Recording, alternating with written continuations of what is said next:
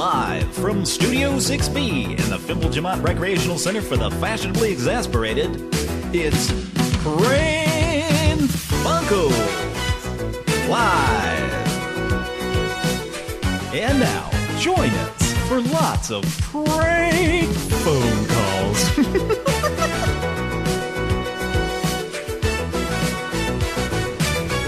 Pran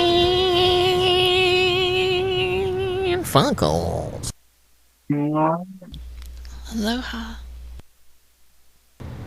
Welcome to my home page. Sorry, that was probably loud. Or it probably wasn't, because Kira's hosting and it adjusts my volume. There was a popper stopper violation.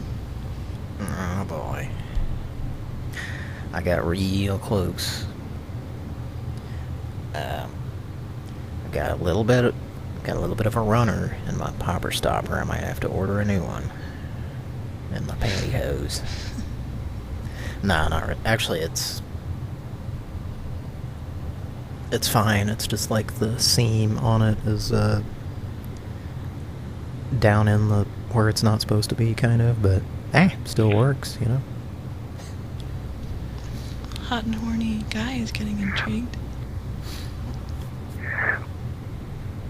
Yeah. He wants to see you in pantyhose, I think, is what... He wants to see me like Martin Short and was it Three Fugitives where he puts the pantyhose over his face. Three Amigos? Right now. Is it Three Amigos? With Steve Martin and Chevy Chase?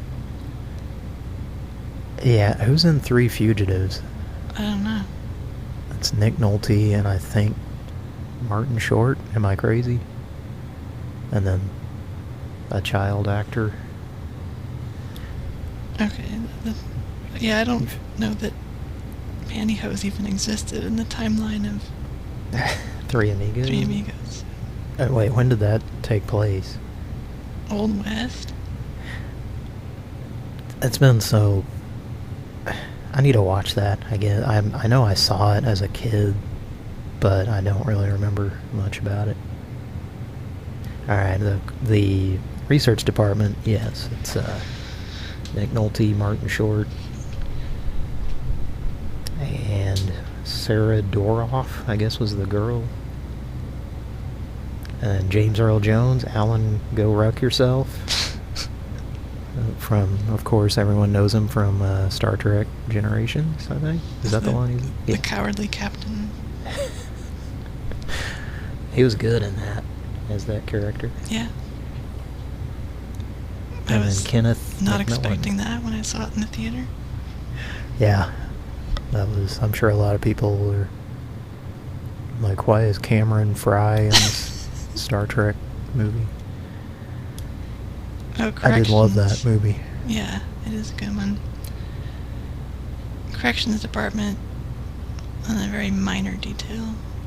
I was mentioning Pulp Fiction. I actually just randomly saw that. It was opening night in the Full House.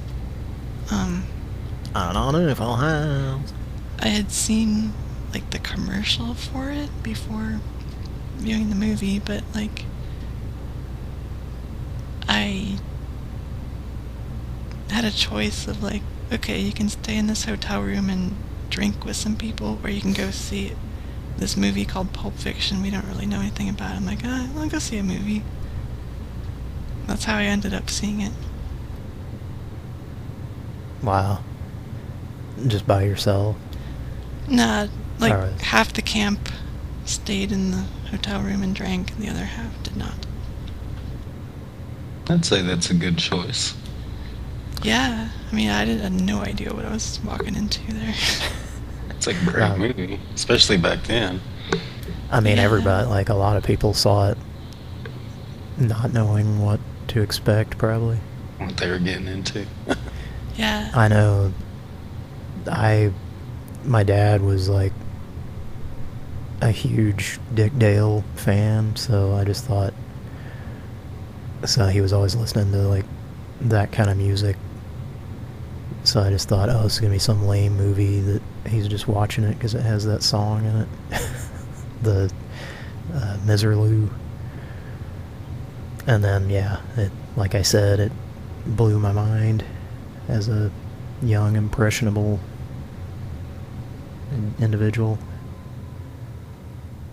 Yeah, that was definitely one of those. Mind-blowing, man. That's a good movie. I mean, as the second best movie of 1994, the first one, of course, being It's Pat. Also, as I mentioned, very a lot of Tarantino connections in it, including him supposedly punching up the script or something, uncredited. I don't know if you were on for that, Mike, when I mentioned that. No, I don't think so. The guy in the GIMP outfit was one of the writers of the It's Pat movie. Oh, okay. It's crazy to think about. He's done other stuff too, whatever his name is. But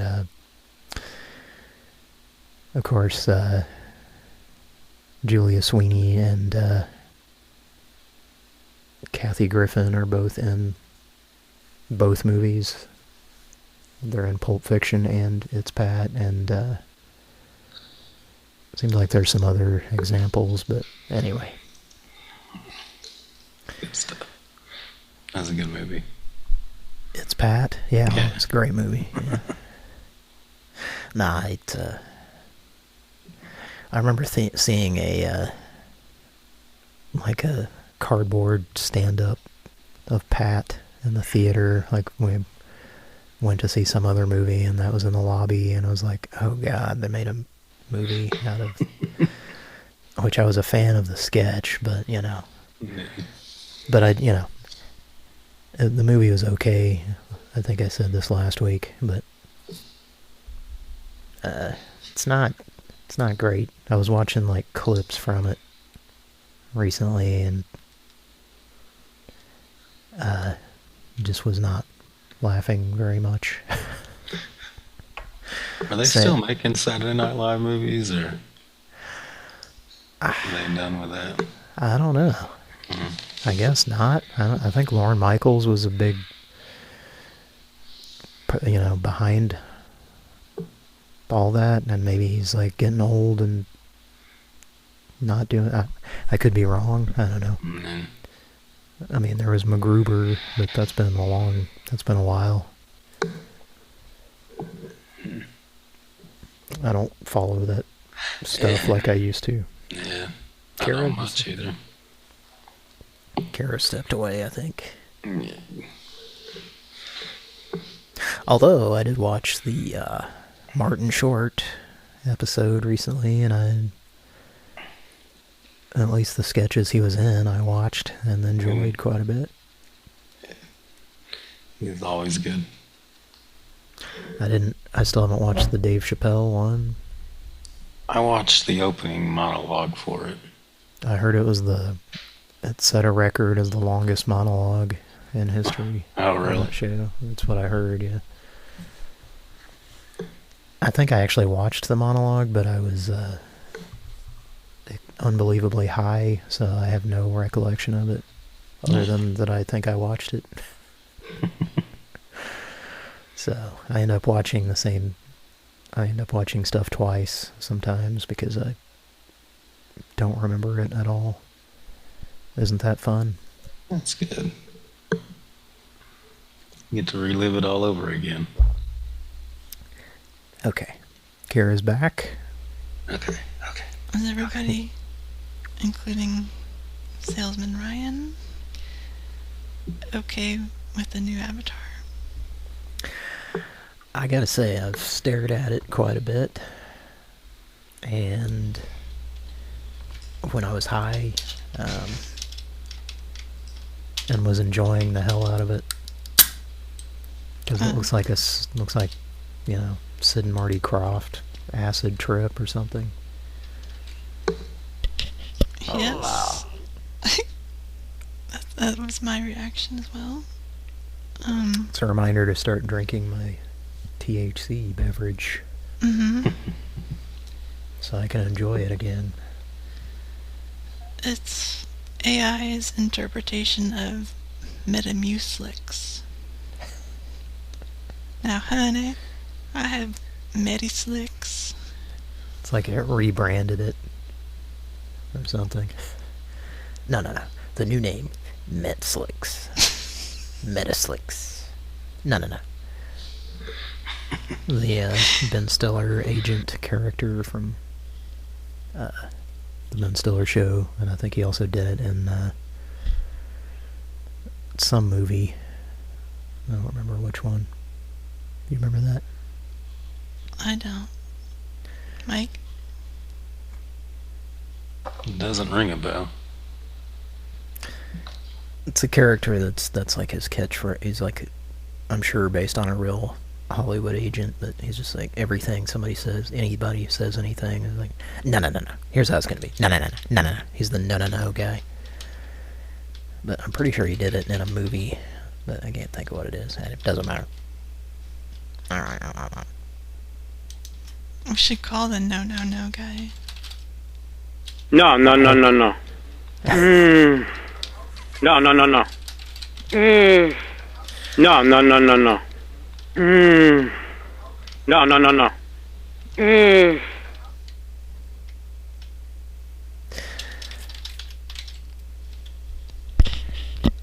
I was, oh, sorry. Go ahead.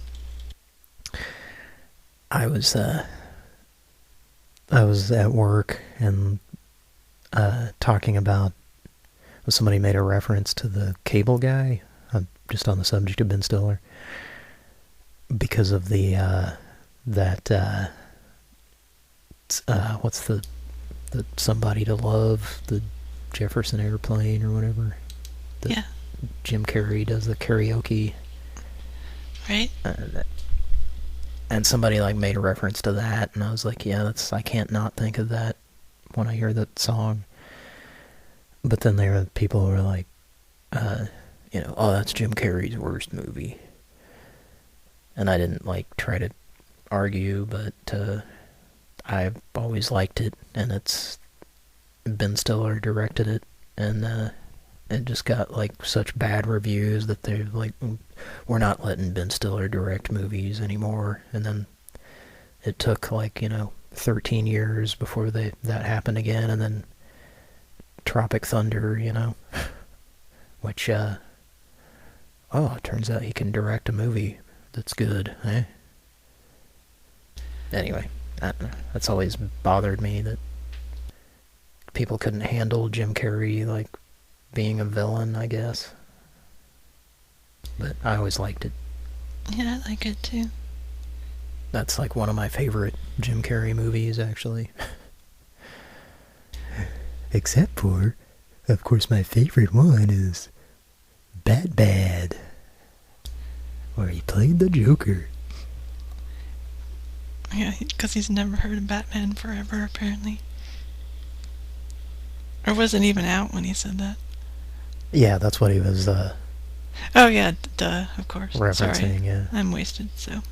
Before he was the Bask, before he was the Joker, before he was Pet Detective, Before he was in this shitty movie called Once Bitten that we have the rights to play on our station. Well, I made a new soundboard. It's only a 1.0. It's... Oh, do we need fanfare for this? Yeah. Maybe. Should I provide it, or should you? You can. It's gonna take me a second. This is just a 1.0 soundboard. I may come back to it later. It's basic. It's, Dick Jones. And he's from RoboCop. And you could make a gigantic board of him if somebody has not already, but I just took the parts from the movie that I affectionately referred to as, what was it? Cocaine and a Grenade. So we played it in the last couple shows, I think. And so what I have tonight, since he's... There's a fanfare since my computer cannot search for something in less than 15 minutes. Well, thank you. That acapella. Windows Explorer. Slower than fucking shit. If only we had rockapella on the show, they could do that. But anyway, they would do a great rendition of that. Yeah, well, if our Pran Funkels fund gets to like several $1,000s, then we'll do that. Can you imagine if we just had like the money to get let's book rockapella, and they wanted to do it for the money or for whatever reason? I thought about for the 10th anniversary, a certain Norcom employee does cameos. Oh man, that would have been awesome. A certain multi-grain juggler. Wow, that would have been... I'll get the 11th coming up. But I didn't even look at the price. I bet it's more expensive. I don't know, I could be wrong, but I bet it's more expensive than others. $3.99. Yeah, that probably is, yeah. Well. So Dick Jones, as we played in the RoboCop scene where Bob dies, and then Dick Jones is on the TV screen, like taunting him in his last minutes that he lives. So I have a list. That scene, along with so many other scenes in that movie, just disturbed the hell out of me when I saw that. Yeah, really. The like I said, the network edited version even was very disturbing to me as a kid. I don't know how they could show much of that on TV. I know they did, though. And my dad laughed maniacally throughout the entire movie, and I was kind of confused because I was like, this is horrific. Why is he? And then, now I understand why he was laughing. Well, okay, so there's the regular version, the TV, which I guess is PG-13-ish, and then there's the X-rated version, not X because of porn, but because of violence, and I've seen that one. Have you guys seen it? No. No. Okay, it's too bulky. You know why it's it's too bulky. And well, I guess it's called the unrated version because it was going to get an X-rated version, and they had to, at least what I read, they had to tone it down to make it R. And I've watched that version, and it is brutal. Oh, really? It's really brutal, yeah. Where do you watch it? Download it peer-to-peer. Torrent? Yeah. Oh, okay. Something like that. Yeah, I need to see that. Yeah, but buckle up, because that's a handful.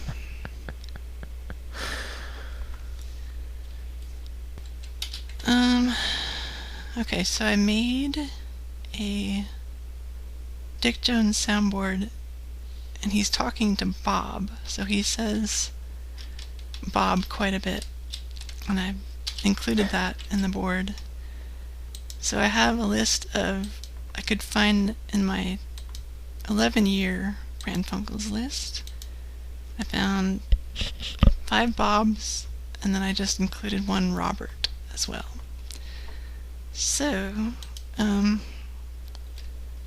first one is a guy who thanks you for calling,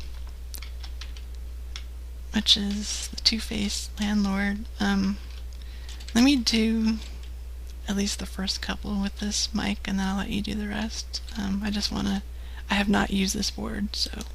Are you looking at Zoom, Kira? Oh. Sorry to distract. No. Should we say that? No, but look at the... Oh, Look okay. at the first video on the top left. You see what he's doing there? Barbecue or something? Eh. Grilling some fucking steaks, D. Well, it wasn't quite what the hot and horny guy predicted. Alright, sorry. I'll stop distracting from the show. No, you're fine. Hi, Dan Lauria. That's a lot. Here. You know me from the Wonder Years and for playing Vince Lombardi on Broadway. This is my chance Did he? to thank you for being such loyal fans. So Okay. He was actually a platoon commander in during Vietnam in Cambodia. In real life? Yeah. Yeah. So he's qualified to play that character, that's for sure. Yeah. He's qualified to want to beat the shit out of David Schwimmer for dodging the draft. That gives him a whole new meaning now. And, you know, fucking his daughter. Yeah, that too. Okay, let's call... Can't blame him. Let's call, this guy never answers. Maybe he will tonight. I will call Bob with a soundboard that's designed for Bob. Here we go. Baby.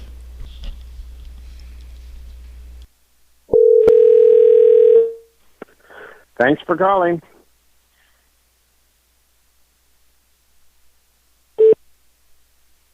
Bob, I guess you're on your knees about now. You went over my head. You know what the tragedy is here? We could have been friends. That hurt. But life goes on. I'm cashing you out, Bob. To review, re-record, or add to your message.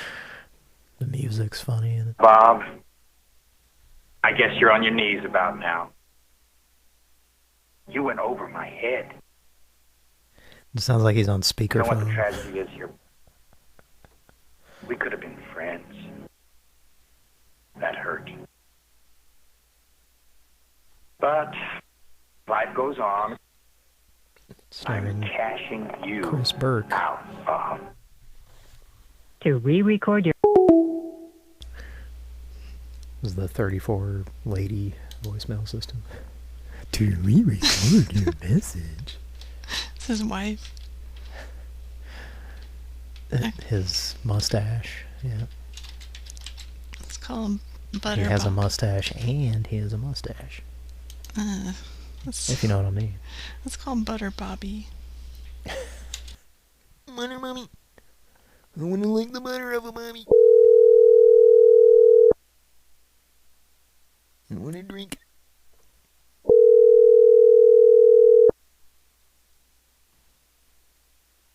Butter, mommy.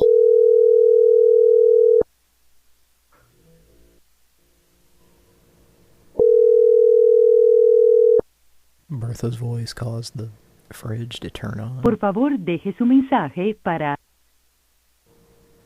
Javier Lara.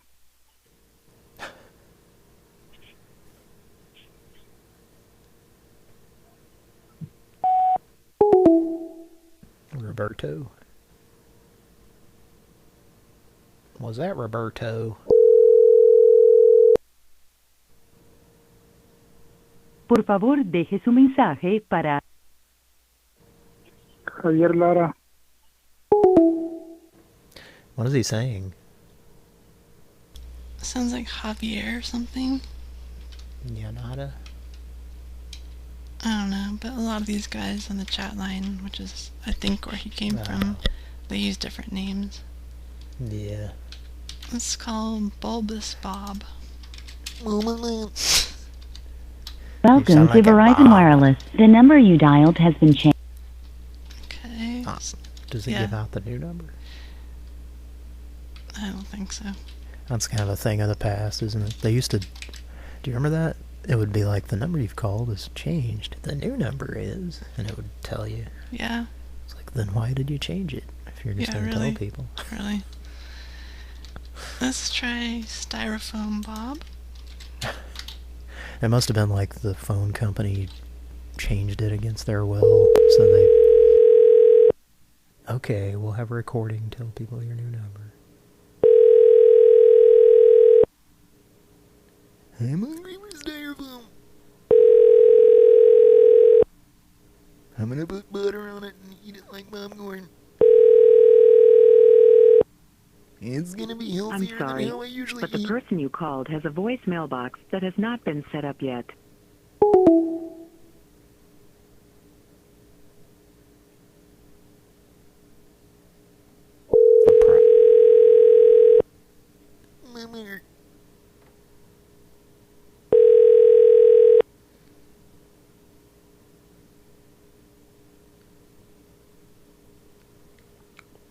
Bob.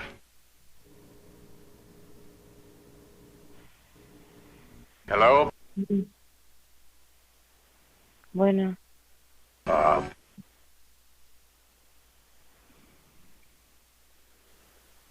Bob.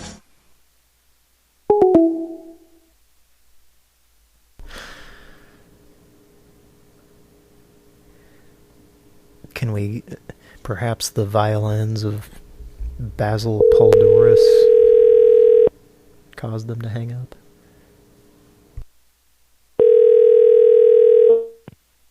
I'm sorry, but the person you called has a voicemail box that has not been set up yet. Okay.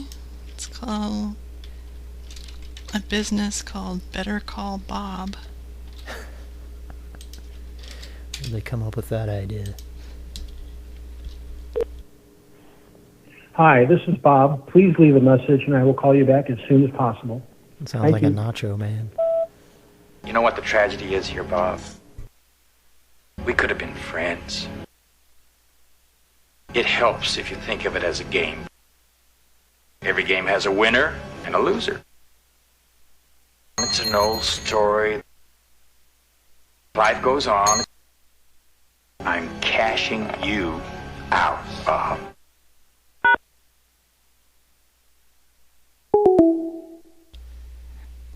Okay, last one is Runny Robert. Can we hear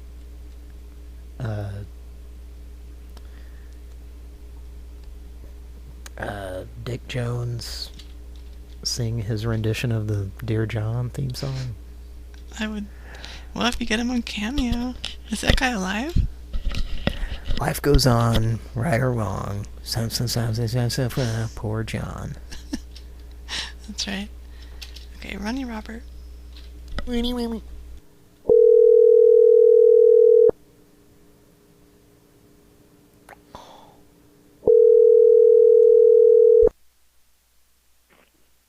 Hello? Bob. Bob.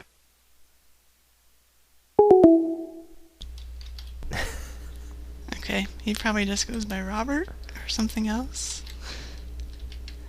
Call back.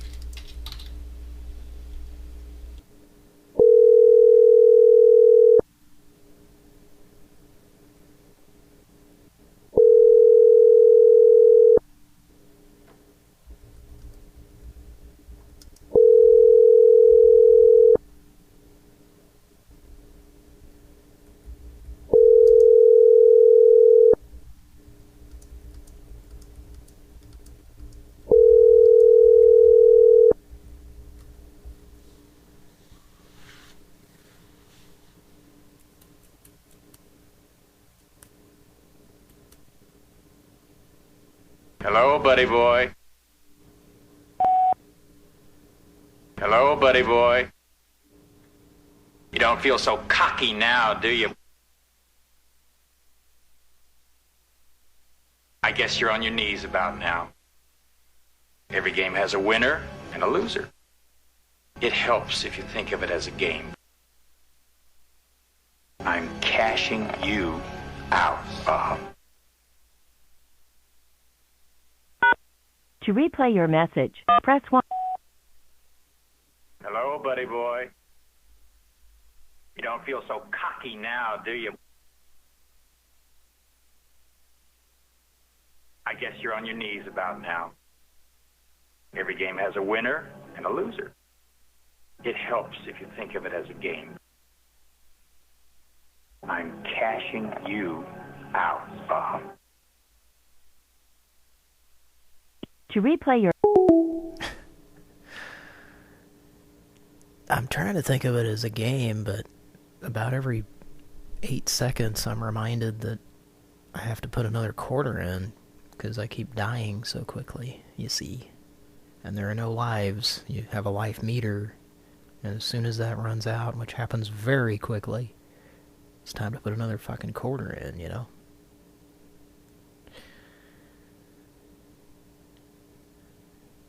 Oh, RoboCop, you're a dumbass.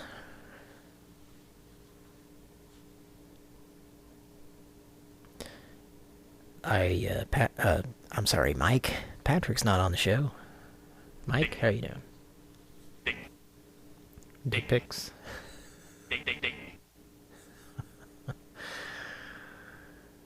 I remember when I first watched that movie, though, the Bobby character, like, I did hate him, but then when he gets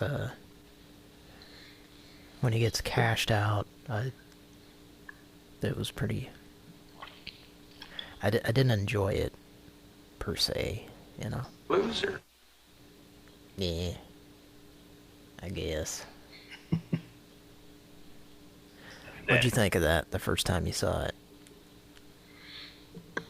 I don't recall, to be honest with you. But I remember liking the movie in general. I don't know about that particular part. Gee, Bobby.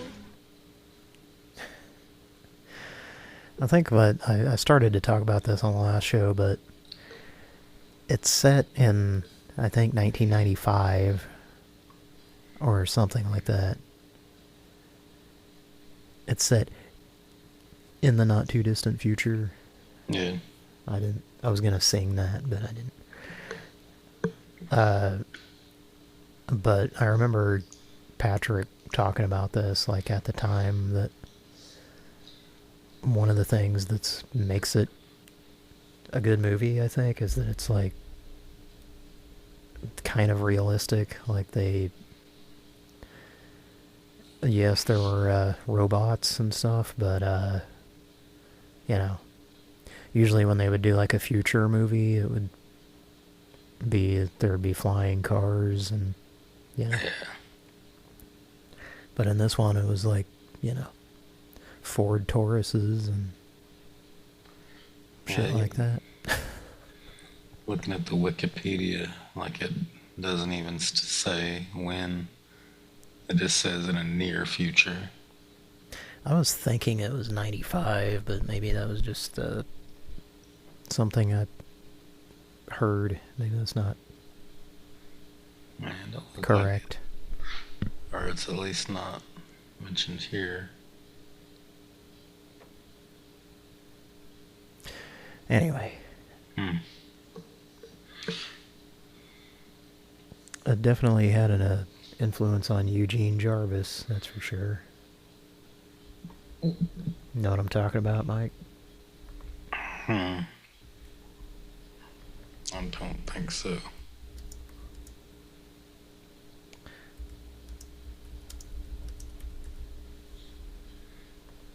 I'd buy that for $1. That was, of course, that was the Super Nintendo one, because that had to be the... I was hoping for the arcade, but...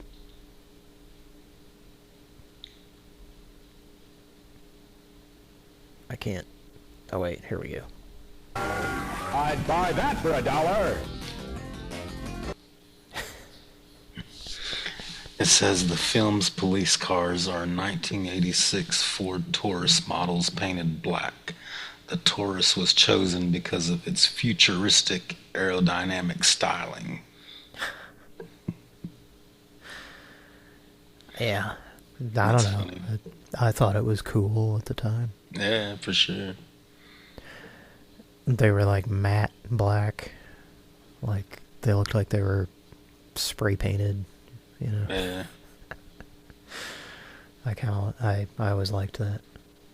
That's cool.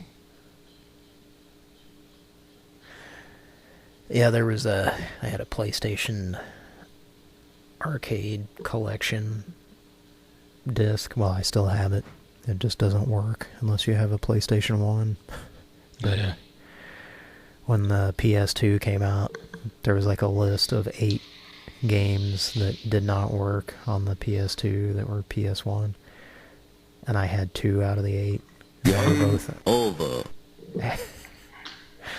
They were both arcade collections, but they did have like interviews with the makers of the games, and there's a lot of, it's on YouTube, but there's a lot of Eugene Jarvis interviews, and you know, not surprisingly, he just said that that game was heavily influenced by RoboCop, and probably The Running Man, since it's pretty much it's very similar. A game show where people die. That's another movie I need to watch. I guess that's the other one Kira has instructed me to watch, along with Scrotal Recall. We need to do that on air. It would be fun. Every time Bertha speaks, I have a Scrotal Recall. You should. Is Kira back or gone? Bedminster, Bedminster, type TYPE 42, something about Billy Joel at gmail.com. That was great. Did you? So I was hoping you isolated that mic at the time, but I think I missed it. I'm glad somebody did. Yeah, that's great. Drew, the free book guy. That was awesome. Let's call the No. guy. Mike, I gave Mike 3 new boards, including Dick Jones. Maybe you want to use one of those. I'd buy that for $1. Ooh, did they get sued by Orion Pictures? Apparently not. It's so cheesy sounding. Okay, Mike, you ready? What board are we doing? I would do Dick Jones, Maud, or Rude Woman, the 3 that I just sent.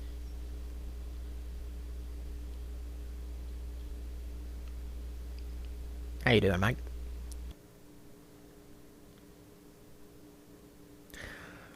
What? These gals that Eugene has his arms around that are apparently identical twins that are left and right clones of the Sprite. Pretty sure you can see some areolas on them there, just poking out. Oh, I can see Phyllis escorting her grandson there. Oh, she would not approve of that game. No. Okay, let's call the... What's funny, too, is I'm pretty sure I played that at Walmart. Really? I'm pretty... Walmart would have, like, really cool arcade games in the lobby when I was a kid. I don't know about you, but... and there was a lot of, Atari or...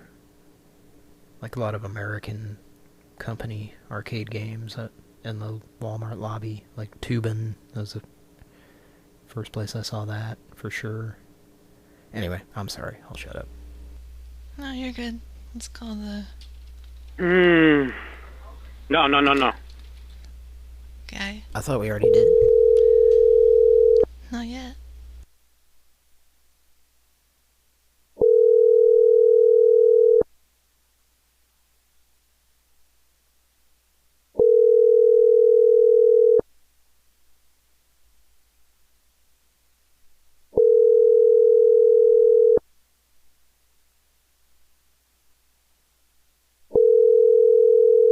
thinks I'm crazy. Maybe I am.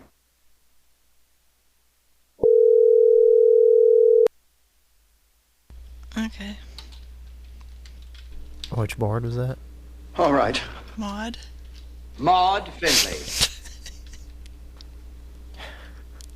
You've made your point. I see there's nothing I can do. You keep the pot. I think on the last episode I was saying that the Akari Warrior, or the Victory Road boss looked like Maud's husband or something. I'm not sure. I made... You did say that.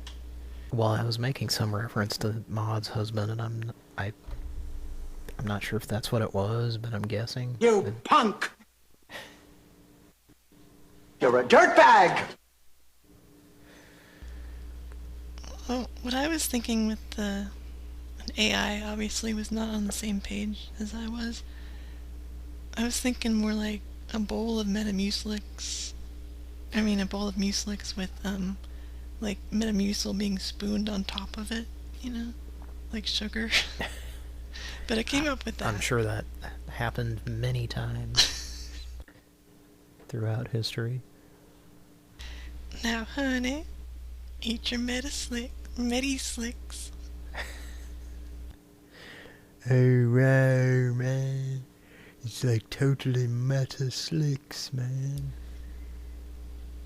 The small version on Zoom looks like Yoshi with a jacket.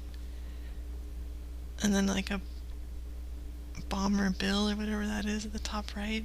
But he's wearing a mask instead of just being a bomb. What's Bomber Bill? I don't know. Whatever from Super Mario 2 where you pick up the bomb. Ba-bomb? Oh yeah, bombs. And there's Bullet Bill, which kind of looks like that. Which originated on Super Mario Brothers 1. Yeah. You see the chat? Oh, yeah. You want to call this individual? Is that note from a long time ago when I... Yeah. Okay. Yeah, it'd be great if this guy would answer. Let's try. Do you want to talk to him if he does? Shit. I don't know, is there a soundboard that would be fitting for this guy? I mean, I could probably play the clip I was playing and he would recognize it. I don't know. Yeah, I'll talk to him. Okay. It has two numbers. Here's the I'd buy that for $1. Was that loud? No. Here is the first number for him.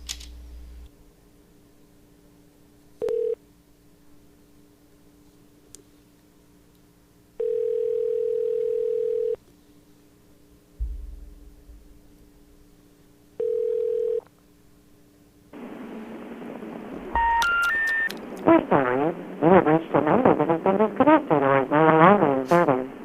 If you feel you have reached this recording in error, please check the number and try your call again.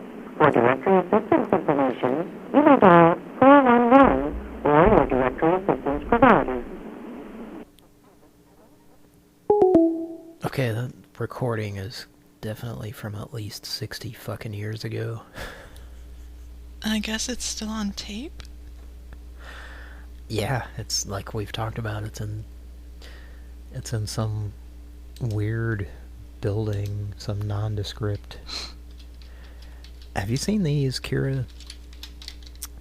I see these around, and it's weird because it's like you kind of ignore them. You drive by them, but you don't pay attention to them. But these like nondescript buildings, and they're... At one point, they would say AT&T on them or something. Or whatever the phone company was. Do you know what I'm talking about? Yeah. They're, you know, very not presented to the public. Mike, you know what I'm talking about? Yeah, I actually saw like a special about them a while back, or At least this one was talking about them, like that they don't have windows and shit. And Yeah, or like a presentable front door. yeah, and a lot of them are like supposedly like 5G towers that they put buildings or wrap them in a fake building, basically.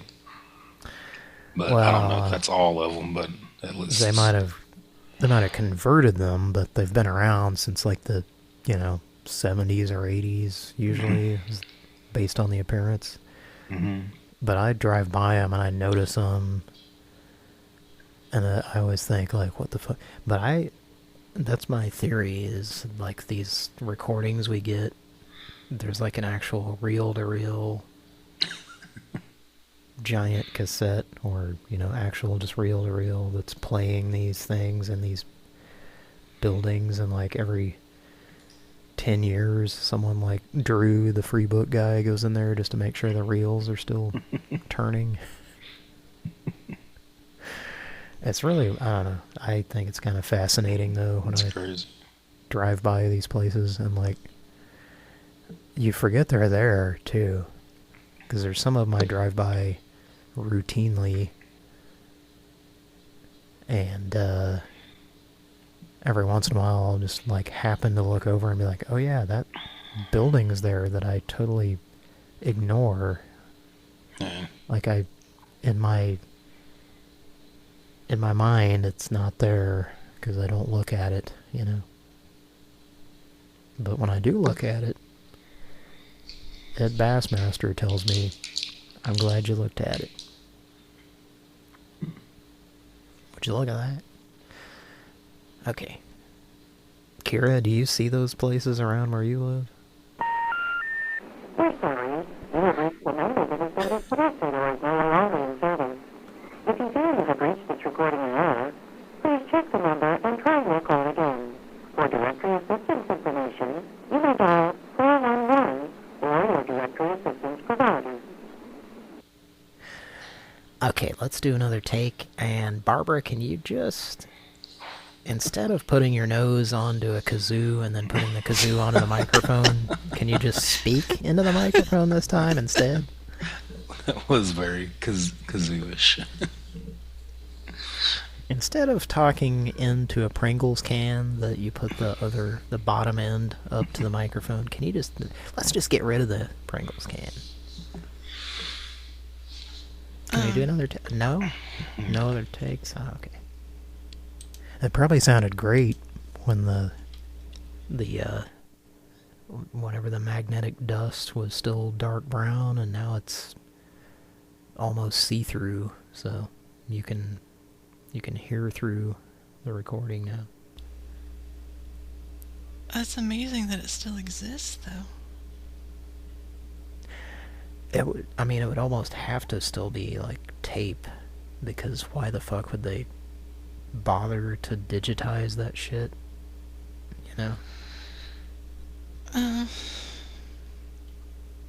I have really only seen those buildings like when I travel out of my city, which if you get out of the city I'm in, town, whatever, the further away, the more hillbilly it gets. So yeah, I've seen those buildings. I see them all over the place in Kansas City, but maybe because it's more of a middle of the country situation, I don't know. But in Oklahoma, I definitely saw it. There's a lot of them in Oklahoma. Let's call the other number for this individual. This particular individual. The service you're attempting to use has been restricted or is unavailable. Please contact customer care for assistance. Message NF402VA65. Virginia. That guy sounds like Dick Cavett nephew or something. He's like conducting a interview with Kristen Wiig or something. Sounds like he's interviewing some celebrity. The number. Okay, well, yeah. Anyway, Yeah, it sounds like something other than what he's... the subject matter.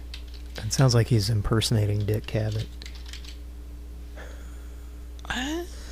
I'm sure our listeners all know who Dick Cavett is. I do, for once, but I don't know, I didn't get that vibe. Well, you want to listen to it again? Nah. We don't have to. Because the next two numbers are actually disconnected and I'm calling them for entertainment purposes. Okay. Okay. This one is a toss-up of what message you're gonna get, like a sour English woman, or, as Cody said, a guy that sounds like he's on a skyscraper that's under construction. And it's weird because if you get the guy, which is what I'm aiming for, the first time there was I thought, I was getting Indiana Jones ready because I thought somebody picked up who was asleep. But instead it's like this soft ambience for I don't know how long, maybe 30 seconds. And then, well, we'll hopefully get it, so let's call. Just be ready to wait a bit. Get into some trippy shit on Pran Funkels tonight.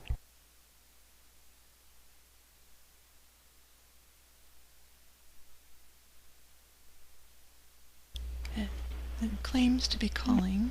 Did I just echo back? I'm thirsty. I'm sorry, your call cannot be completed as dialed. Please check the number in your directory and dial your call again. This is a recording in Valdez, 4431.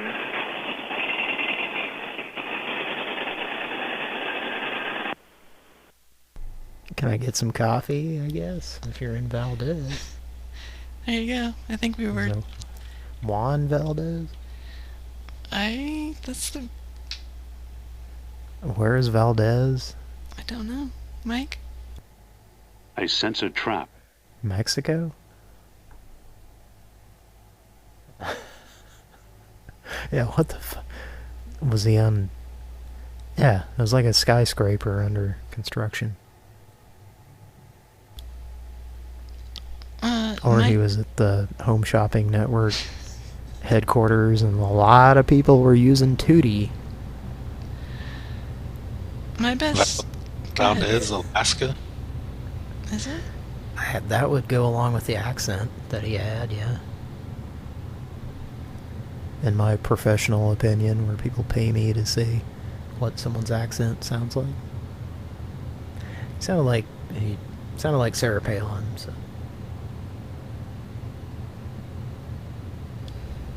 Okay, it costs way too much to have Dan Loria do a Pran Funkels promo. Sorry, folks. Unless you, the fans, would like to do that. Why don't you please donate? It's a ridiculous amount. So. It's not far off from a lot of other celebrities at that level, okay. I would say. I've looked at some cameos in my day. Okay. And oddly enough, what's the guy's name? Larry... What's the guy from Cameo? The Blackman? band? What's his name? Cameo, yes. The band? I don't know his name. Blackmore. Let's see.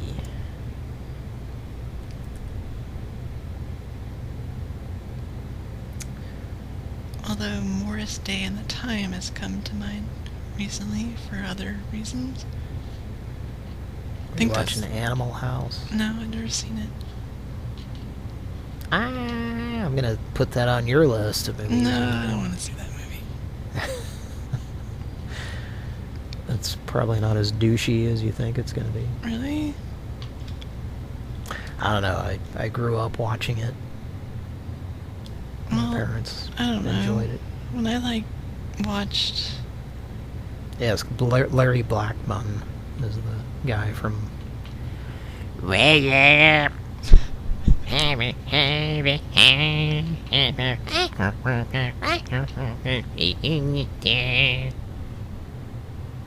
Mike, did you clip that? It's not like Twitch where you can just... You ever been on Twitch where you can clip people's stuff? No, but I get the idea. I wasn't recording. Well, it's lost forever. There's no recording of this show. Fucked it up. Did you know at one point Cameo was on the record label known as Chocolate City? That's a fun fact. That sounds like an appropriate label. Fits the groove. You want to know another fun fact? Okay. I'm sorry, we're going off the rails here.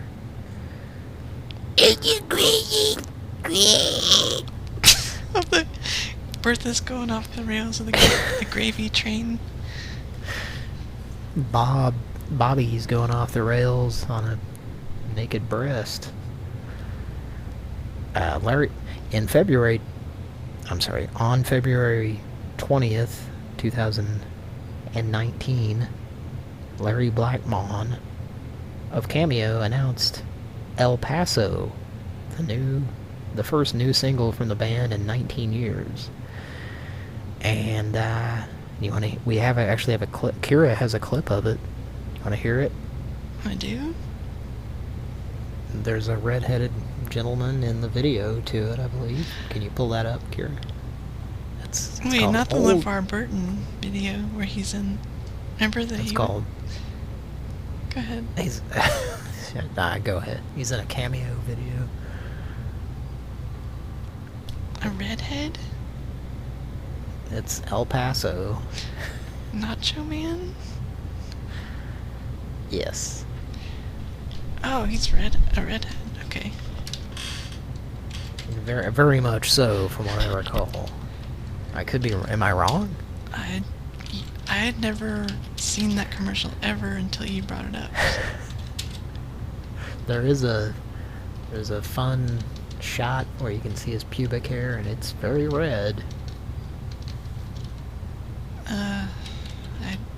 Nacho man, yeah, I've got to be a nacho man. Got to be a nacho man.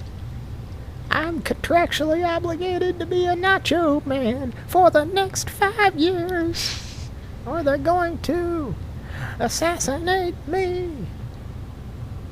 Wait, was that Village People or somebody else? No, it was actually... We've looked into this, I think, on the show before. I think it's the actual lead singer from the Village People. Wow. I think they actually got him to do it. That's along the lines of something. Only one person can scream sing like that. It's him. That's quite along the lines of... I'm going right upstairs, got a lot of homework. I got what I want homework. Ooh, what's that? Chocolate bars and chocolate mousse. Yeah, dessert? Can't help myself. It's Duncan Hines and nobody else. Music.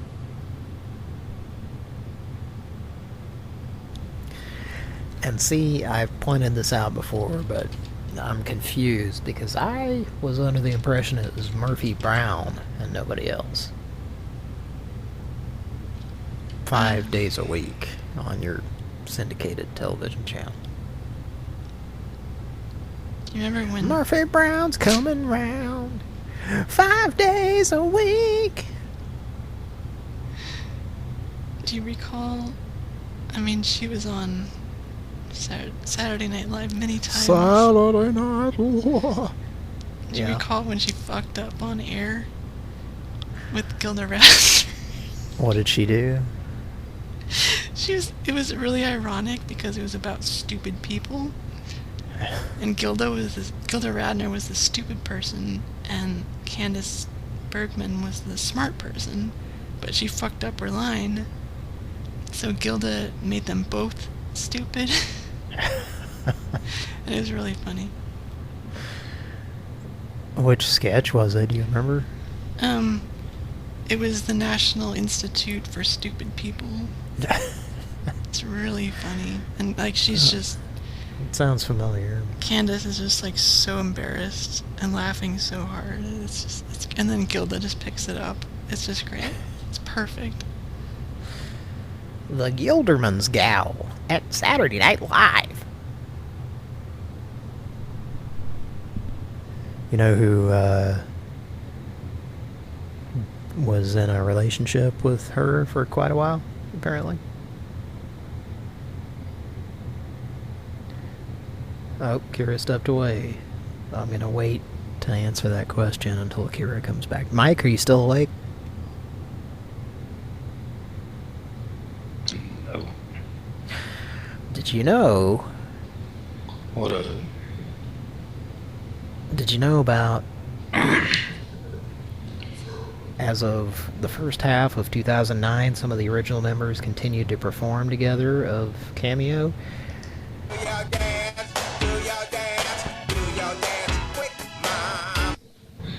Two other original members were hired by the hip-hop group Outkast. Did you hear about that?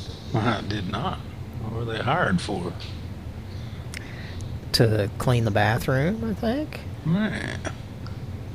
But, you know, it was nice of them to give them jobs, you know. That Hey, is- we like your music. Would you like to clean our bathrooms? Got a deal for you.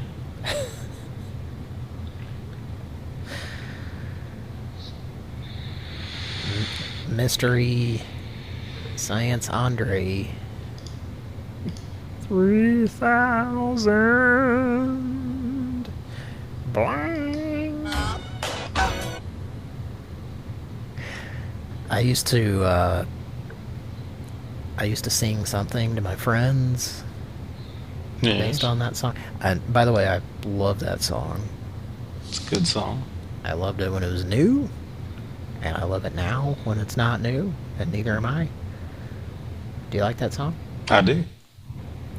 I like a lot of their songs.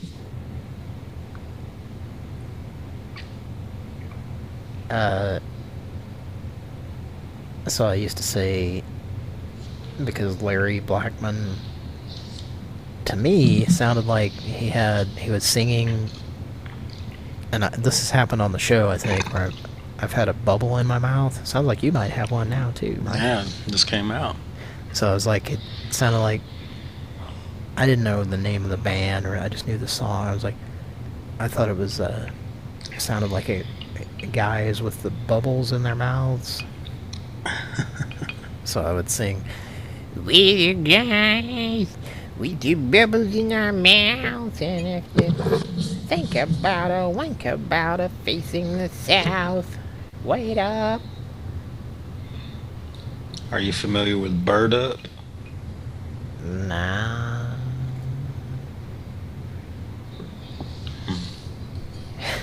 Should I be?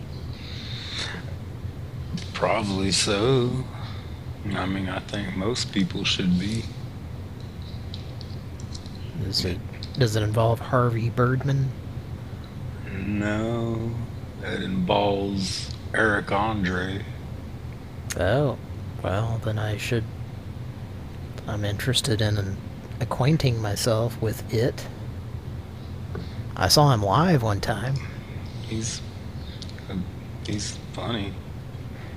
He did a portion of his stand-up routine completely naked with his junk tucked between his legs. Can you see my screen? That was fun to see live at Kane's. That sounds fun. At Kane's Ballroom, by the way, where all the classic country folk played back in the day. Can you see my screen? Yes, let me click on Zoom. Kira, you there? You ready to watch this? You gotta watch this. You gotta watch this. You gotta watch this. From the guy who brought you David Allen Thick. Here we go. Bird Up.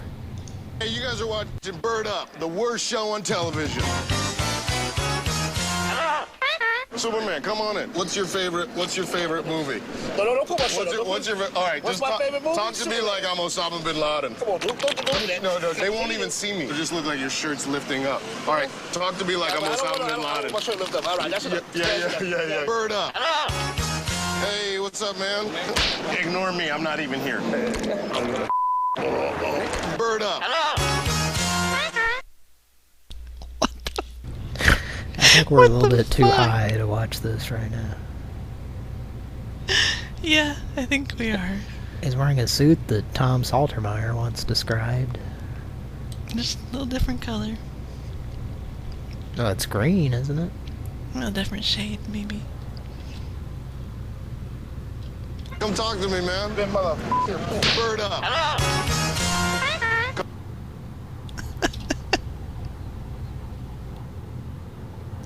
I'm distracted because there's an insect of some sort flying around above my head in the basement here. It's gonna inject you with... What the fuck? It's getting like really close to my face. It's I'm trying to watch it. Inject you with Metamucilix. Okay. I do happen to have a towel. A hand towel. Okay. I'm gonna use my... If it gets near me again, which it saw me pick up the towel, so it knows what's good for it. It disappeared. I was gonna hit it with this towel. I don't like that. It's, you know... Don't get me started, but I hate the winter these days. So it's like freezing outside, get a bunch of snow, and then the second that it heats up, the weather gets better, it's above freezing, then all of a sudden you got the fucking bugs come out. It's like, this is the fucking winter. Why we got bugs? Okay. I'll shut up. You're good. Okay, this next number, well, when I tried it, it went to something that was disconnected, much like we got that worn out tape lady. This is kind of the same thing, except to me, at the time, it sounded about 10% slower, like the tape was not playing properly. So let's see what happens. There might be a cockroach leg caught in the reel. We're sorry. You have reached a number that has been disconnected or is no longer in service. If you feel you have reached this recording in error, please check the number and try your call again. We're sorry. You have reached a number that has been disconnected or is no longer in service. If you feel you have reached this recording in error, please check the number and try your call again. So does that sound about 10% slower to you? It sounds like she's... It sounds like B. Arthur is aging throughout that recording. Yeah. And then there's Maud. So I was also thinking about these being, you know, tape. And it repeats once. You get a recording of that? Yes, I did. It repeats once, and then it hangs up on all those, like, without fail, unless, you know, there's funny business going on where someone's fucking with us. So, what I was imagining is that there's got to be some kind of analog, physical toggle bolt situation, like, you know, the timer that you plug your Christmas lights into, and there's like physical, it's like an egg timer that you physically push in or out tabs to tell it what time to turn on and off. Like, the Wet Bandits were well aware of these, you know. Toggle bolts? Toggle bolts? So I'm guessing it's on some kind of mechanism like that, where it like allows the tape to play twice and then it hangs up on you automatically. It's early AI, you know. It's 1960s AI, folks. Yeah, and it's played so many times that it's now, like, slower for some reason. B. Arthur is starting to sound a little bit manlier, I guess. Yeah. Let's call something along these lines.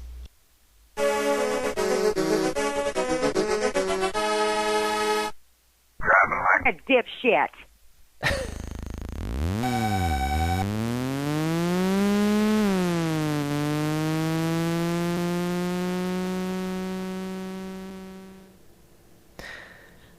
Should I say something about this one? Please do. This is a driving like dipshit. And like most driving like dipshits, a lot of them have the same story. Sometimes it's borderline if they're driving like an asshole or a dipshit. And I have to ponder on it. I have to meditate. I'd take a couple of days and just think about it after my experience. Are they driving like a dip ass? No, no one's ever driving like that. Okay. How dare you? Well, I'm sorry. Yeah. I was just gonna go for a Sunday drive. Sometimes they're driving like a whole shit. Oh. Sometimes they're driving like a shithole. You jerk. This guy... It's... So there are many factors, believe it or not, in these, but... Anyway, this guy was driving in the left lane on the freeway. He was Abu Dhabi. Oh, no, you ain't. And going quite slow. And staying in that lane. If I recall correctly.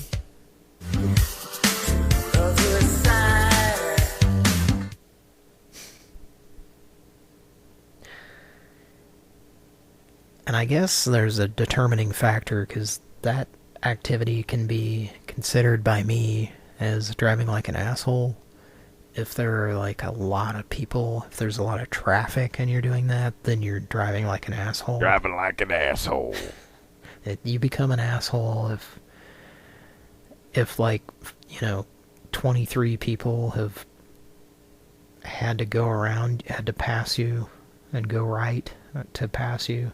Oh my god. You're driving like an asshole. Because, like, are you never aware of your motherfucking surroundings? Fuck you, you asshole! Pay attention to what you're doing, you know? Jesus. You're on the fucking high... You're driving a 2-ton weapon. I think Don Johnson laid it all out in that film that we all had to watch in Driver's Ed. What? We're not watching it? Oh, okay. Anyway. This guy was driving like a dipshit. Should Auntie Angela complain about banging on her roof? Yes, it's a roofing company. Mike?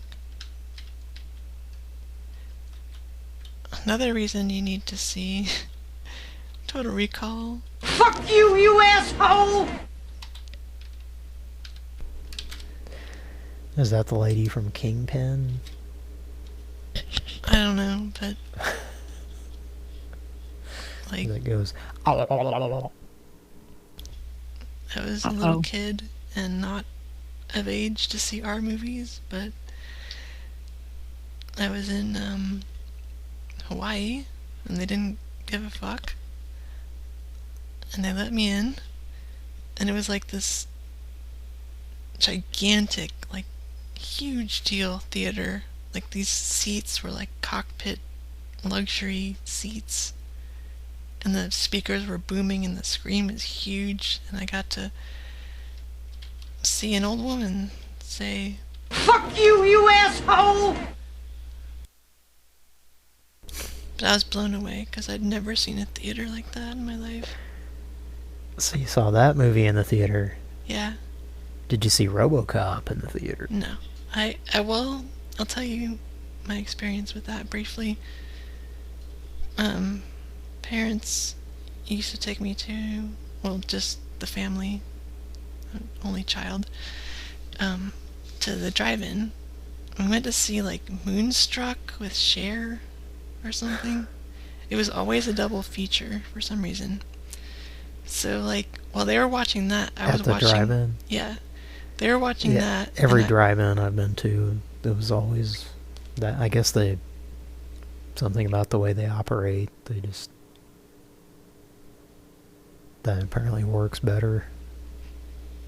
Anyway, go. Yeah, maybe that's the thing. I didn't know that. Anyway, they were watching Moonstruck. I had zero interest in that movie. So out the back window, I watched RoboCop with no audio. So they had a movie in the opposite direction going? Yeah, they had 4 of them. Oh, okay. So I don't think I've been to a drive-in that had 4.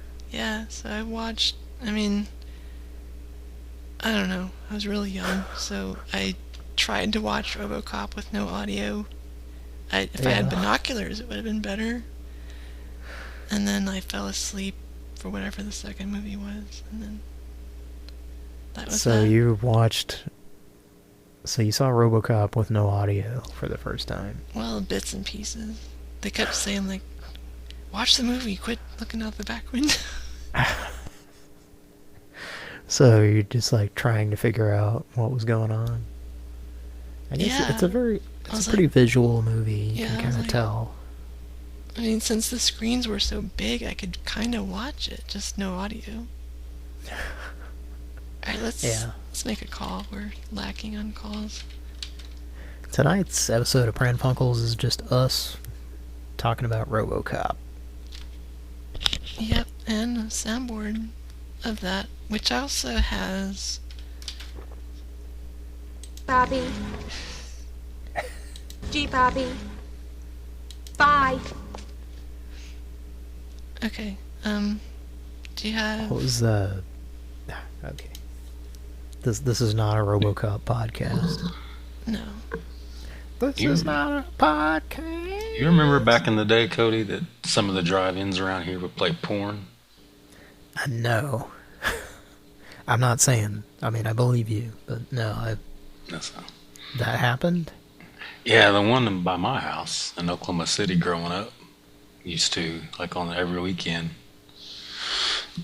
I remember as kids, we'd go, because you could go, like, to different places across the street and shit and see it, or try to sneak in through the fence and go see it. I didn't know if it was all of them or if it was just that one, but... I don't know. It must have been. That's... Well, I don't know. I guess you can jack off in your car, right? Is that the idea? I guess. But, yeah. That seems odd to me. I don't know if I've... Kira, have you heard of that? Have not. Porn being shown at a drive-in? Yeah, it seems like something that would happen in Oklahoma that certainly would not happen now in Oklahoma. Yeah, that's for sure. Are we gonna call this guy? Yeah, do you have Auntie Angela, Mike?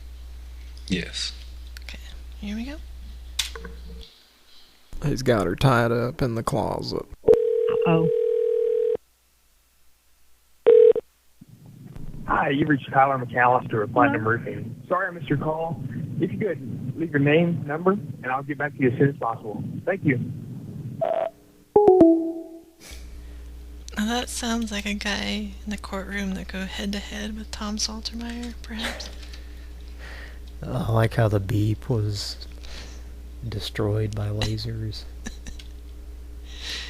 Like on the video game Warlord, its shield was all shot up. Or something. The arcade.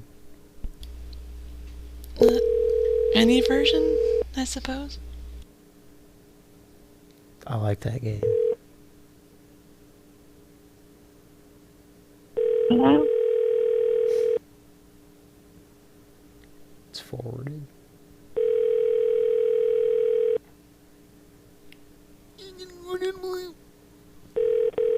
Christ.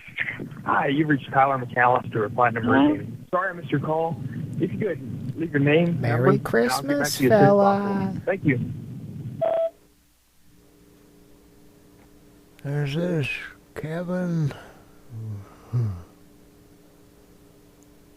They're hooting and hollering at the Hardee's deal.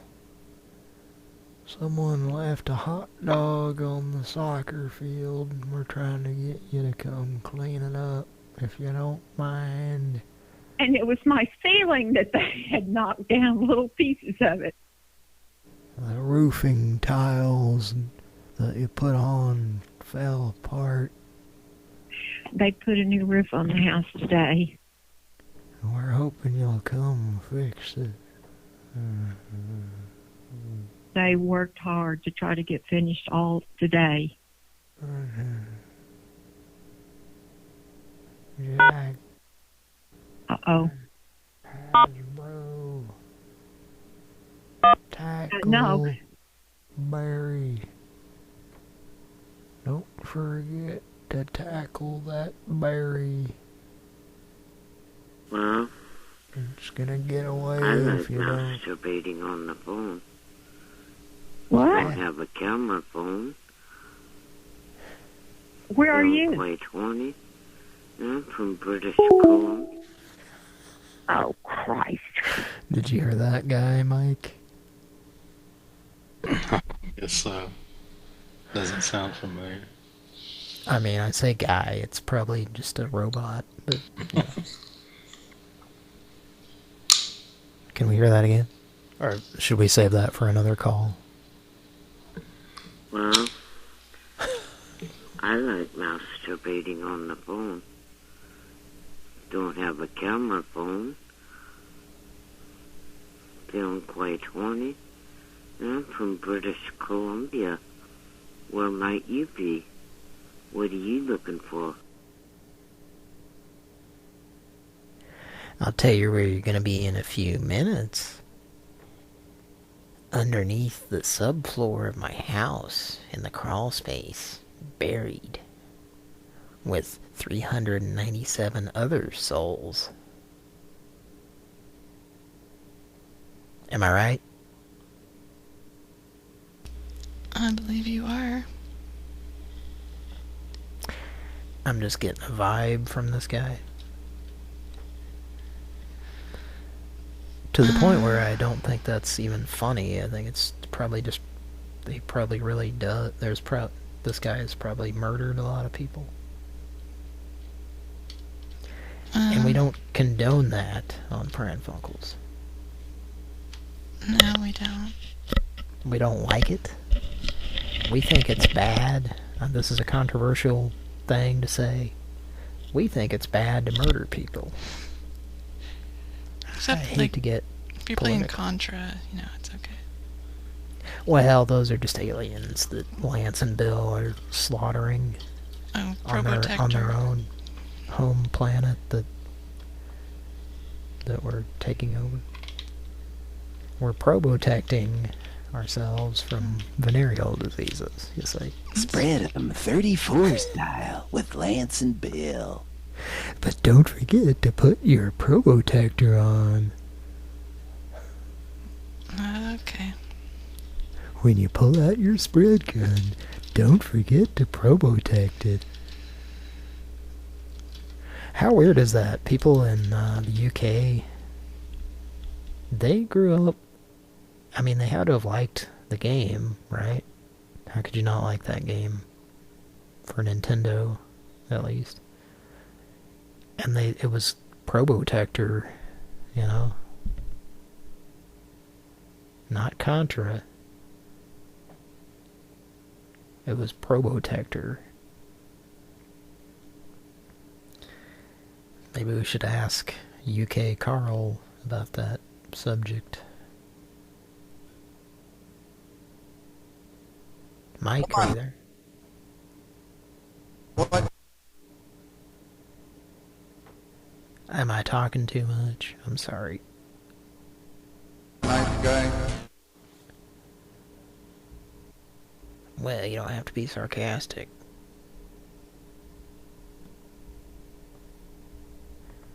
We're getting out of cranberries.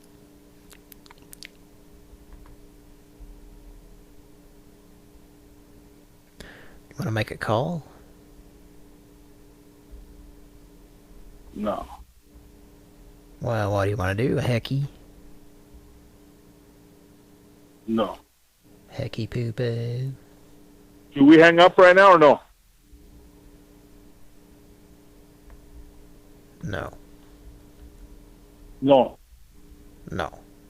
No. No. No. Let's call a number.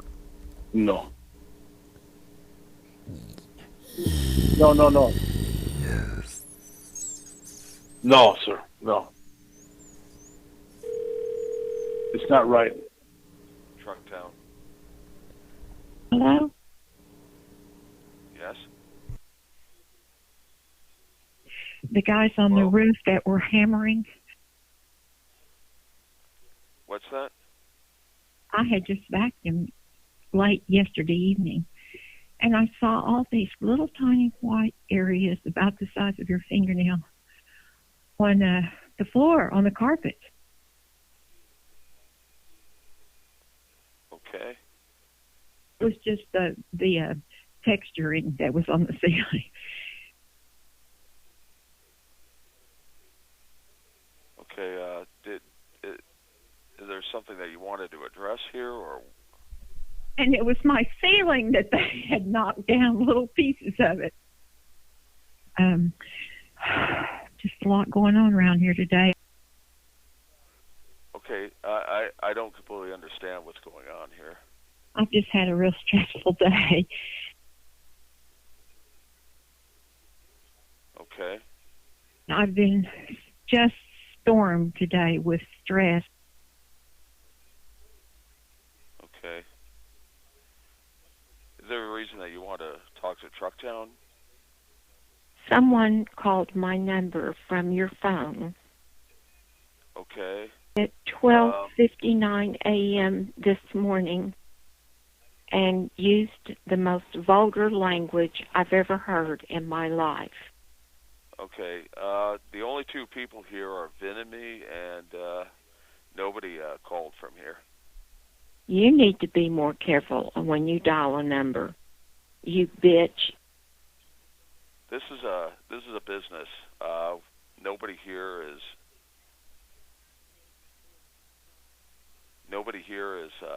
making any calls like that.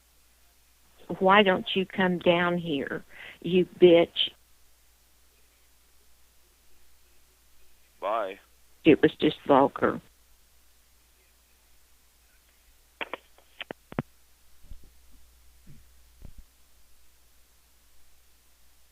Hello?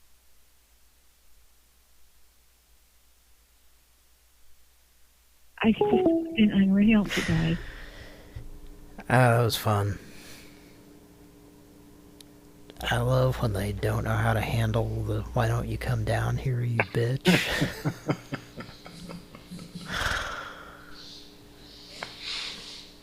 And also, by the way, I almost said, I do believe our dear friends have hung up on us. Because we're waiting for a dial tone. It's just like the old days in the 90s. Waiting for a dial tone to prove that they hung up. Now we're just waiting for the audible. Kira? You there? Okay, let me just. Okay, let me just. Okay, let me just. Getting me excited there. What was that smacking noise in his background? You know what that smacking was in his background. Oh, I'm slapping my dick. Thank you very much. Could you play that again? Could you play that dick slapping again? I'm smacking my dick. Could you play that again for me, please? Kira, did you get that clip of mine?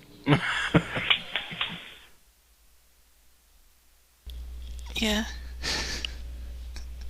That might, I mean, to be fair, that might be, he might have just started the Kraft macaroni and cheese, and he's taken the packet that has the cheese powder and he's tapping it on the counter to make sure it all gets down in the bottom so that when he tears the top off of the packet, that there's not wasted cheese powder that just goes on the counter of the kitchen cabinet. That's top. exactly what it sounds like. I mean, do we all have that thought process when we're making macaroni and cheese? Mike, Yeah. what were you gonna say? Or it's his ball sack. We'll leave it to Mike to take things blue. Mike, you just made our balls blue. I know Drew. If I know Drew. Drew Blue. He's taking his ball sack and slapping it on the counter a couple times because Drew balls, blue balls. Getting irritated. So he punishes himself. Punishing and balls often come up in the same conversation around here. And Christ, yeah. Christ. Sometimes I say, "Oh Christ, my balls are itchy." And when I say that, I find comfort in the fact that a company makes a ball itcher that can solve all my problems in one failed swoop. I think he's stamping his balls into every free book. So it is he has them lined up on the table, and he's just going down the line. Yes. Ink, book, ink, book, ink, book. And thousands of years from now, archaeologists like Mr. Jones are going to be inspecting the wrinkle pattern and comparing it to that of what was taken from Drew, the free book guy's testicles. That's it. Kira, I'm sorry, what were you saying? Let's call the Georgia Farm Bureau. The GF motherfucking Thank you for calling bee. Georgia Farm Bureau. Our office. 5. Wait while I transfer your call. Thank you for calling Georgia Farm Bureau's How Claims about a Reporting please? Service. If you are calling for any reason other than to report a claim, please contact your local county office on the next business day. This call may be recorded.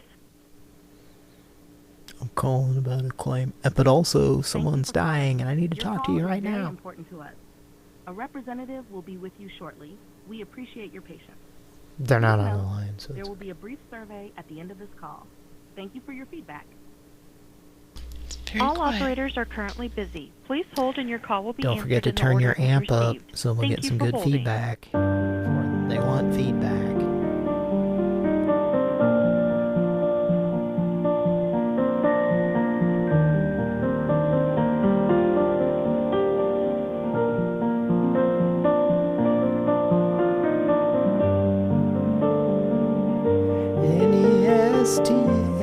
N-E-S-T-L-E-S Creamy white Dreamy white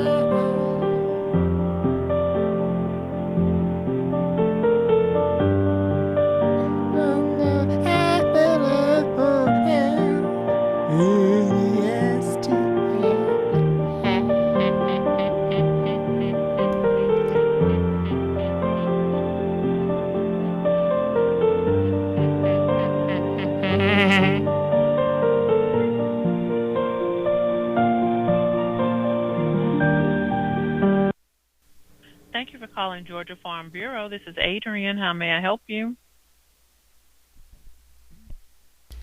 Hello? Hello? Can you hear me? Yeah, well. That's How just can I the help way it you? is.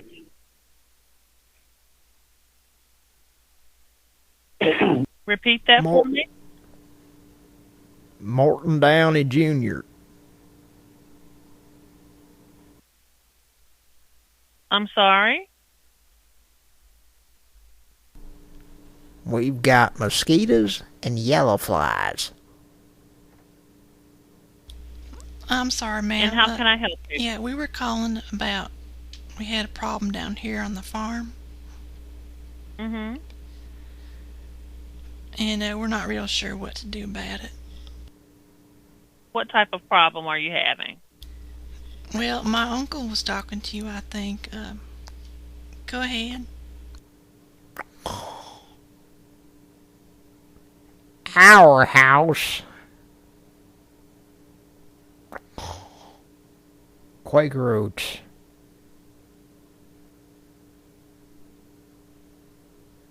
I'm sorry, I'm not NES. understanding what you're saying. Have you seen that commercial with that white chocolate Nestle shit?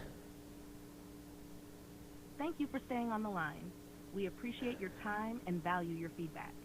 Please take a moment to complete a quick survey. Given the opportunity, would you want to work with this representative again? Select 1 for yes, 5 for no. How do I say her improv skills were lacking? NESTLES. That's all I gotta say. Sweet dreams you can't resist. NESTLES. Creamy white Alfredo sauce going into my veins. Thank you for your feedback. Have a great day. I think we served our purpose. Edible. Edible. 97.8 Cool FM. We play the coolest music.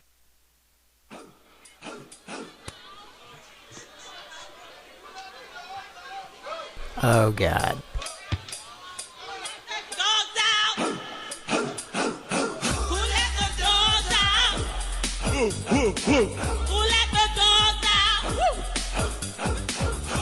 the dogs out? What party was nice, the party was pumping. Everybody having a ball. I tell them that it's something in calling. And all the girls respond to the call. I hear woman shout out, who let the dogs out? Who let the dogs out? Who let the dogs out? Who let the dogs out?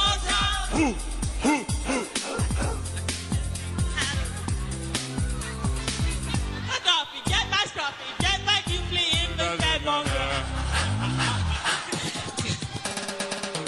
Don't tell something, man, to get that bread. To any girls calling them canine. I like that. Oh, man.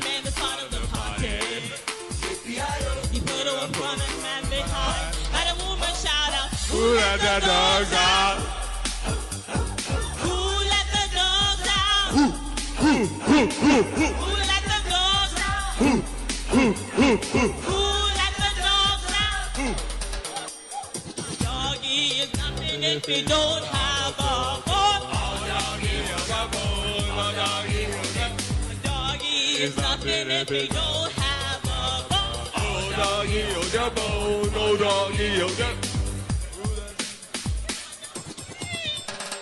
Pat, you came in too soon. Roger. Who let the dogs out? Who let the dogs out? Who let the dogs out? I'm just scratching flakes out of my head. Oh, this is so good, man. This is so good. Get back, you please. The party is on. I gotta get a group, got my mind and gun. Do you see the rest coming out from my eye? Walking through the place, like to give one for shot. Give the color, any color we do, I'll stick on you. That's why they get on me people, cause I'm the man of the land in the building sea. Who let the dogs out? Who let the dogs out? Who Who let the dogs out? Who let the dogs out? Who let the dogs out? I can't take anymore. Who let the dogs out? Teacher lady. Michael, are you still there? Oh, yeah. Kyra, are you still there too? Yes, Kyra is here. I'm permanently in character as teacher lady for the remainder of the program. Oh. I'm sorry. It flipped a switch as soon as you heard Baja Men. The Baja Man reprogrammed the way I think, and now I realize that 9/11 was an inside job, hun. Can we hear from a certain boxer who enthusiast of Baja Men, please?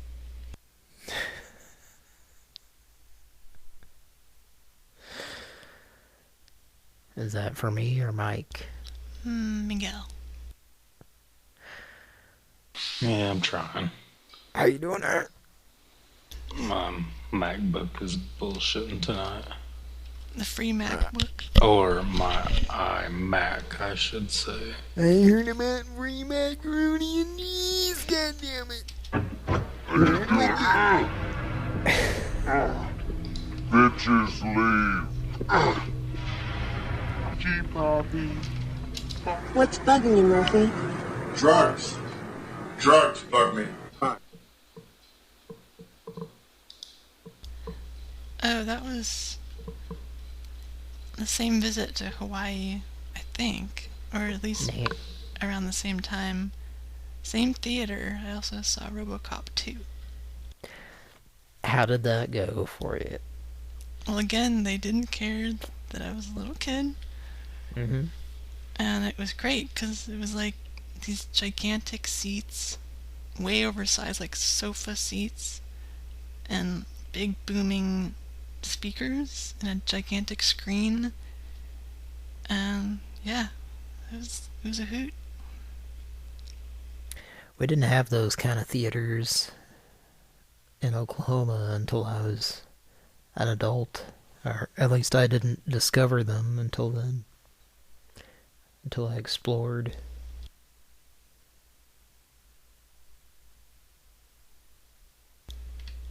Okay, Mike? Who let the dogs out? Dun, dun, dun. Dun, dun, dun, dun, dun, dun, dun.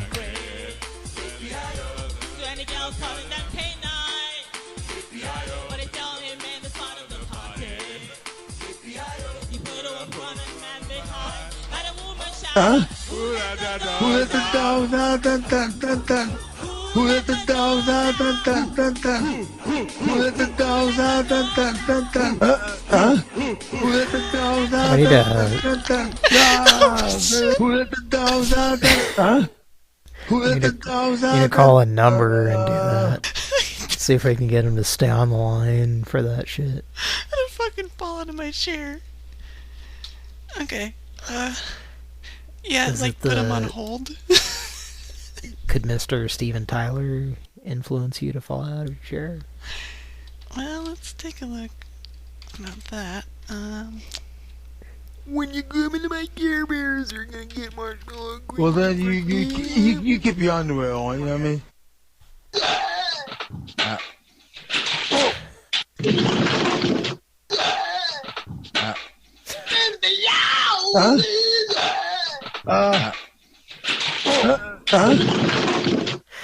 I'll be right back. Dude. Okay. This show is anemic with Pran Funkels tonight, so we need to make some more. Do you have Donna Toilet? Because these people are really rude and they hang up very quickly. So I will begin the call if you have that soundboard ready. Oh, for heaven's sake. Here we go. Okay, I don't think they take anonymous calls, so you know what it's time for. Different number.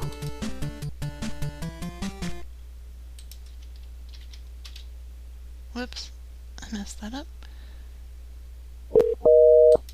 Yeah, I accidentally dialed anonymous. Let's call again.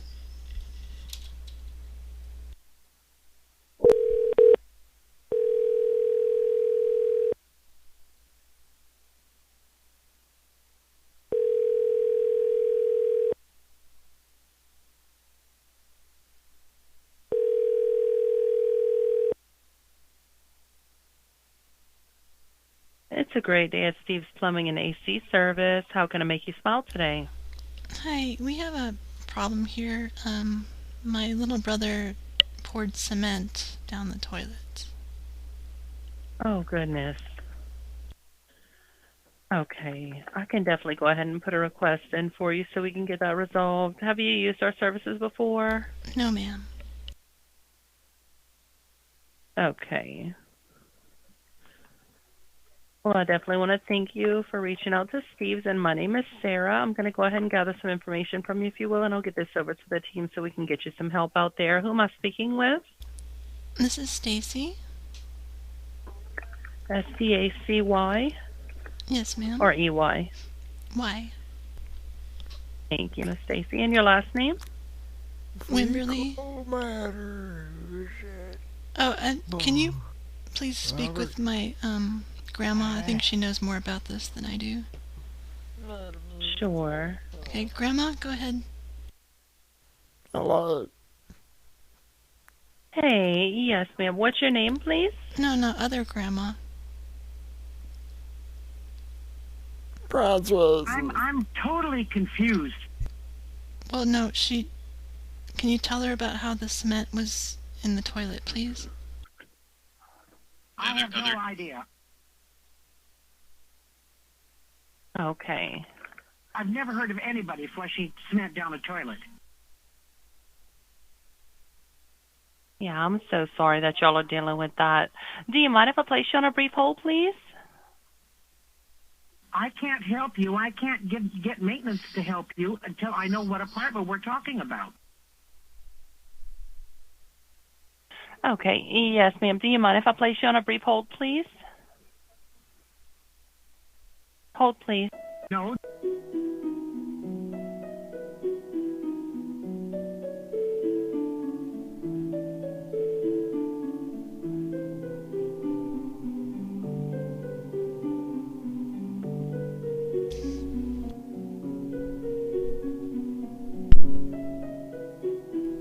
Fill up your hearts.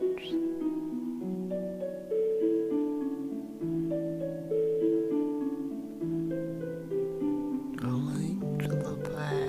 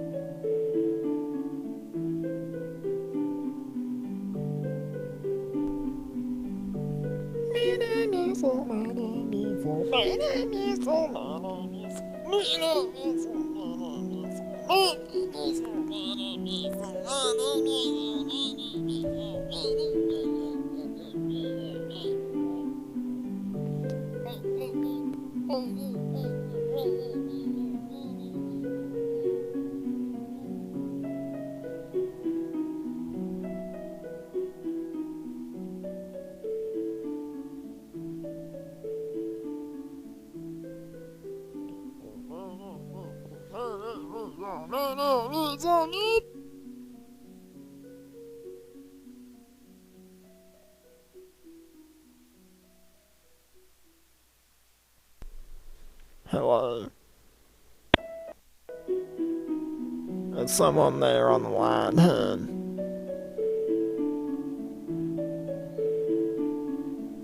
Hello?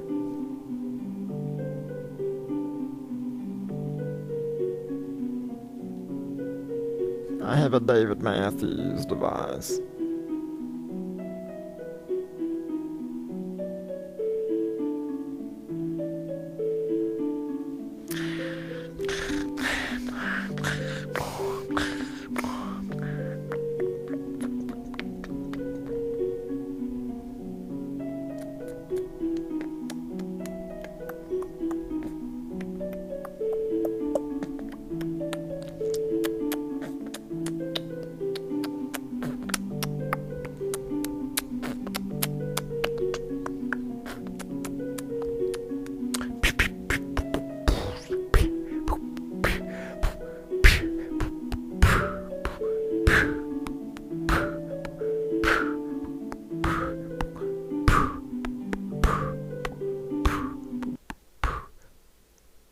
Thank you so much for that hold. I do apologize for that wait time. And who do I have that's the okay. pleasure of speaking with? This is Thomas. Hey, Thomas. That's Thomas. And your last name? Saltermeyer. PhD. Thank you. And can you spell your last name for me? SALTMEYER, comma, space, capital PhD, dot. Thank you. That's Thomas, last name SALTMEYER, comma, PhD. And what is your phone number, please? Is that the 402-882-2083. Thank you. That's 402-882-2083. Correct. And cement was poured down the toilet. Y'all are Yes, requesting unfortunately. a plumber to come out. Unfortunately, yes. Okay. And we flushed it, hoping it would just, magically go down, I guess. And when I say we, I'm not talking about myself. I'm talking about other people, Okay. No but worries. it did not flush. It stayed. Okay. And which island are you located on? The Catalina.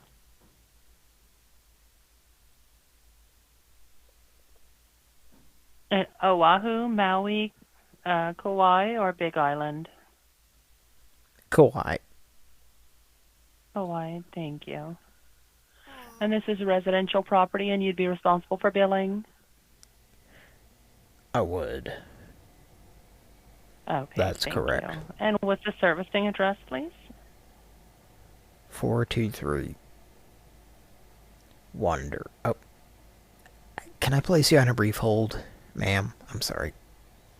Sure, I can hold for 30 seconds. Hang on.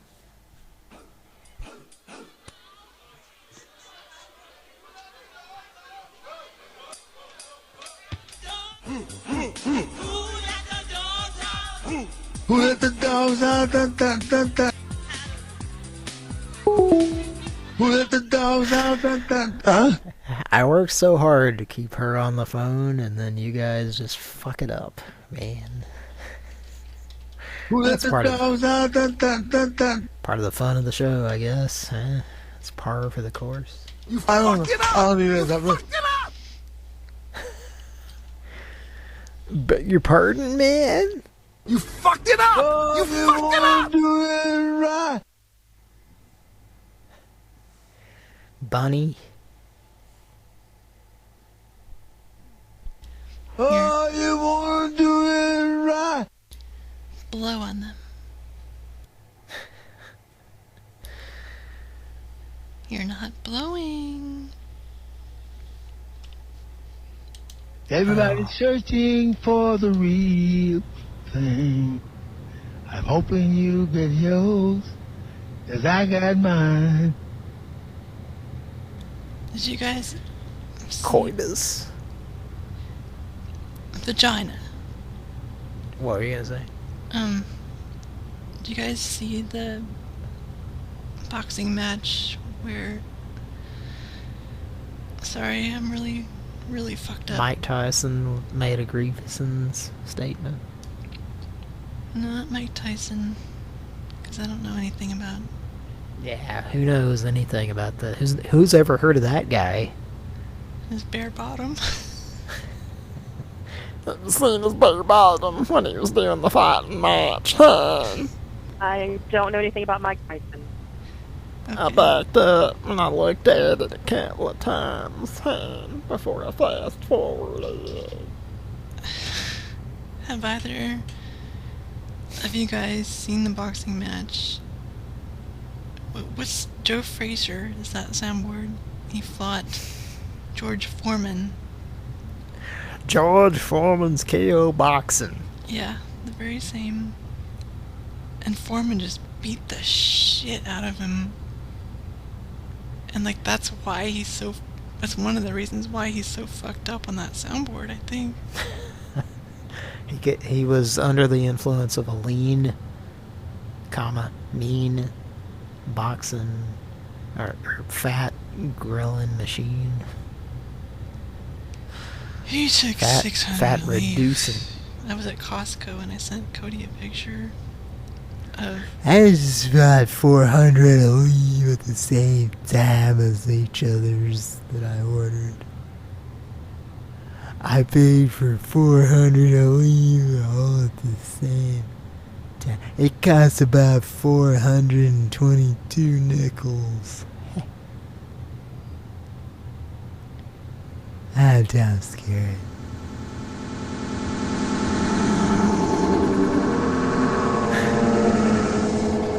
If you quit working after only 4 hours, you'd probably get fired, right?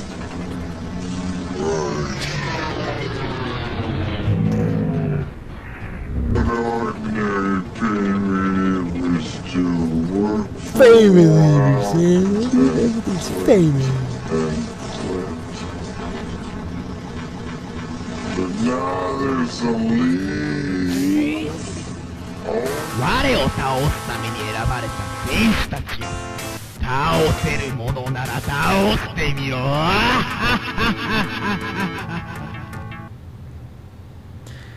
That Japanese gentleman has a mustache for sure. Tonight's episode is all about mustaches. So we're gonna watch Magnum. With a fine-tooth mustache comb.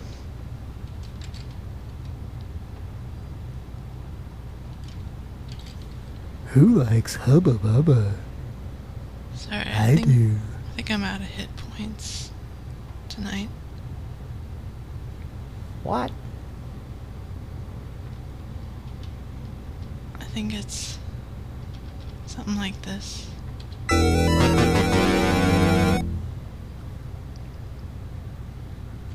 Which that was actually cheating, because that's not... I mean, I filed it under death sounds, but that's not actual death. Does anybody know what that's from? If you do, I'll kiss you. I think I do. Go ahead. Mike, do you know what that's from? Mike? We're fixing to get out fridge whistle, Mike. Did he fall asleep? I thought I was unmuted. Think again, man. The what? Kira, what was the question? I have no fucking idea. Well, this is a fun fucking episode. You played it. Well, actually, okay, what did you just play, Kira? Nobody's gonna get this. Not even the audience is gonna get What this. is that game? No, I'll get it. What's the game? I can't just tell you. No, I know. Mike, what is that game? Joust. Joust 2? Would be a better guess. Yes, that's what I said. Is it Joust 2, Kira? No. Nobody's gonna get this except for me. Hey, can we hear it one more time?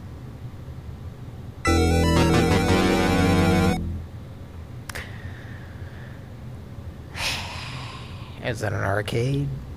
No. The Sega Genesis? Yes. Is it the original Joust? No. Well, it was an arcade by... If anybody gets this, I will Williams? kiss you on the lips. But nobody's gonna get it, so... Might be Eugene Jarvis situation. No, it's not. I know it.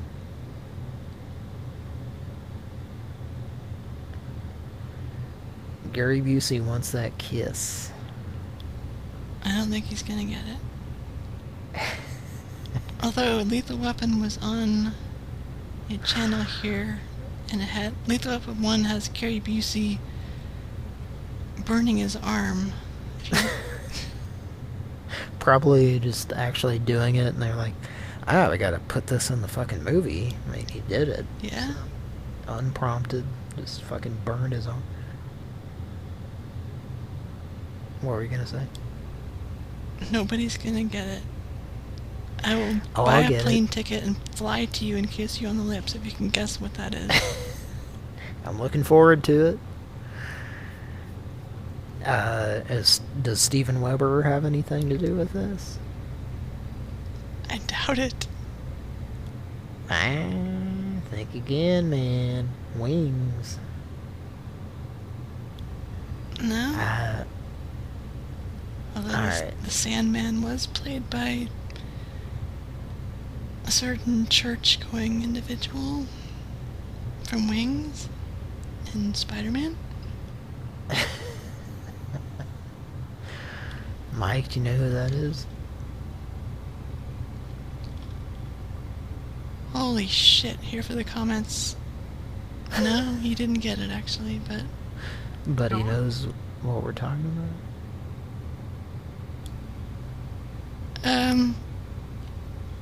I'm sorry, here for the comments. If you even wanted that kiss, I cannot deliver it to you, because it was shining in the darkness.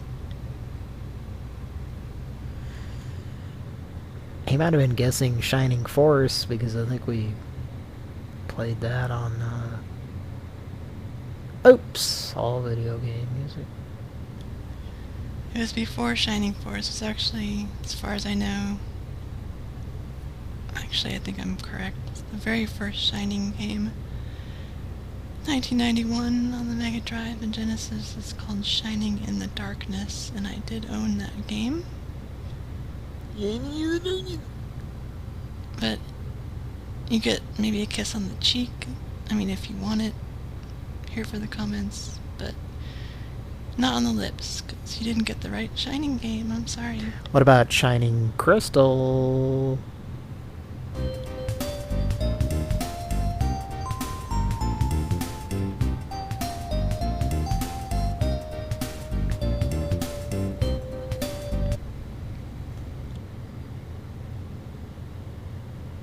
Eh?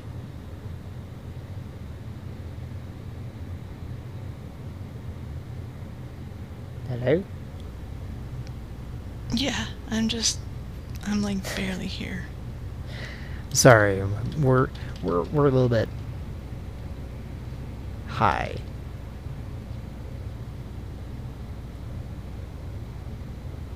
Here for the comments wants to be acknowledged as the Shining Games enjoyer. Ken Boyer is a voyeur. He's been arrested several times for being outside the window of Diane Sawyer.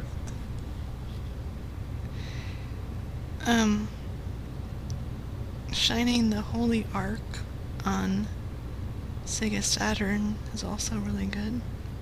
But I owned Shining in the Darkness, which, like I said, that's not...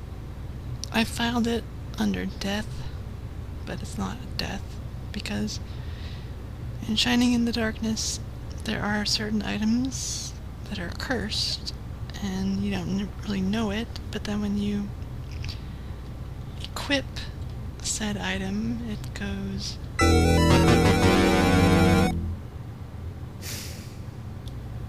So it's from Shining Force? No, it's from Shining in the Darkness. It's the very first Shining series game. Is it for Genesis? Yes. And Mega Oh, Drive. I didn't know there was something before Shining Force. Well, we learned something tonight. I did. I also owned Shining Force, the first one. And I played through, I don't know how much, of Shining... whatever the Saturn game... Shining the Holy Ark, which is also really good, but I never, beat it. Did you try the bacon spray paint code? No. Mike, are you there? Mike? He's letting the dogs out?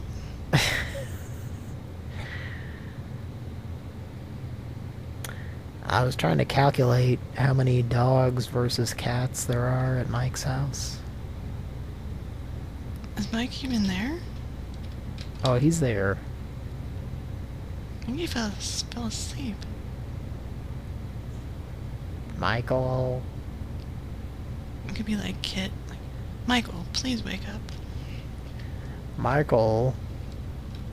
I have a mustache. Please wake up.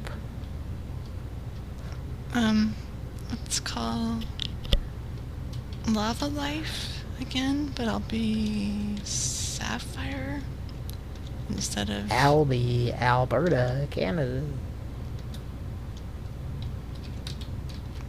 Well... Sapphire. I like masturbating on the phone. That's nice. Thanks for sharing. Thanks for sharing, Sharon. Sharon. Oh! Here we go. Unplanned, but... And now the show starts. Welcome to Pran Funkels. Here's our first call of the night. What? Pran Funkels Trivia.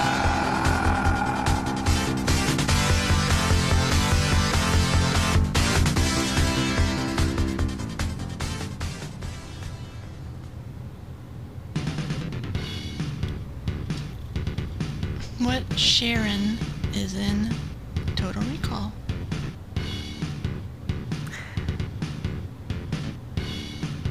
I know the answer, but should I say it? Well, Mike has to wake up first. Oh, we gotta wake him up to make Let's this prank official. call. Let's prank call Mike. Okay. Just get ready to hang up when it says that... when his voicemail greeting picks up and says, "Hi, I like Jimmy Dean's Tastefuls and not Lunchables." From Oscar Mayer.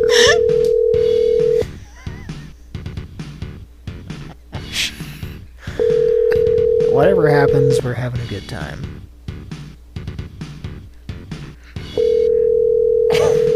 Blam, blam, blam.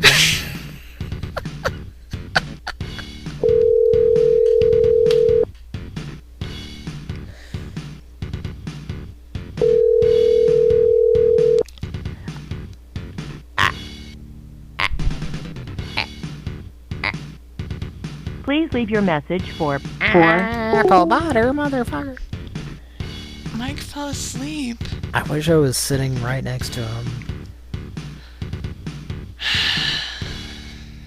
I feel high enough to be doing that right now, but unfortunately Mike has gone where Anthony Kiedis went after he ordered a Frisco burger at Hardee's and there was not a tomato on that delicious sourdough bread. Then get your money back. Pepsin, Okay. Blee, blee, blee, blur, blee. Go ahead. Mike passed out, so go ahead and guess. Wait, what was the question? What Sharon was in Total Recall? Stone. Okay, the audience has no guess, apparently. Whoever the comments has no idea what we're talking about.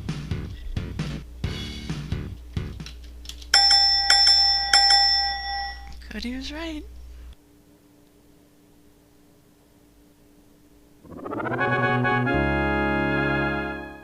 When you get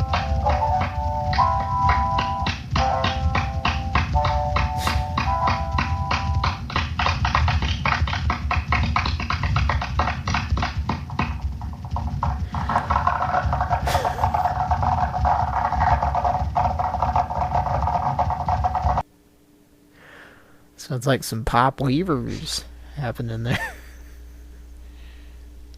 Did you have some pop weavers gourmet popping corn? I think. It's what you just heard. Well, Cody was right. It was Sharon Stone. When you see Total Recall, you will probably enjoy her in it because she looks pretty darn hot in a really tight workout outfit. What about a work? Does she wear a work in fit? Yeah, she has a few different outfit changes. I'm kind of excited because I think she looks pretty good these days as well. Have you seen her? No, I have not. Oh wait, I saw her like a few years ago on what was that Netflix show? Ratched. It was about Nurse Ratched from... I watched some of that, yeah. Okay. Yeah, It's another psychic thing. I've been thinking about it a lot. Oh, that's really interesting. There's a gas station that gets stared at. I don't know. But that, what you just heard, this, that was me playing the keyboard. My friend was clapping. And then you noticed at the end, I decided, I'm not just going to play the keyboard, I'm going to sample my friend clapping.